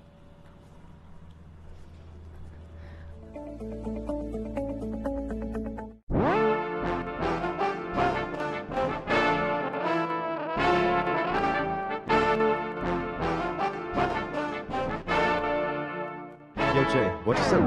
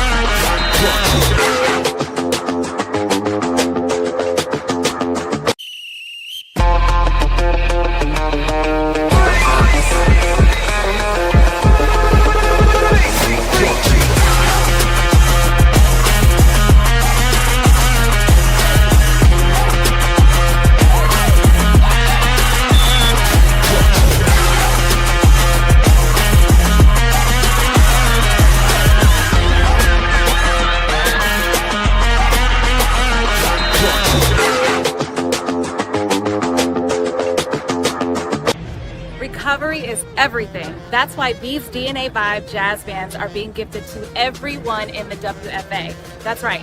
Thanks to the NFIM and the Shine program, every athlete in the Women's Football Alliance will be gifted the ultimate game changer for their recovery. This patented technology targets recovery at the cellular level so that we can maintain our peak performance. And if it can handle our hits, imagine what it can do for you.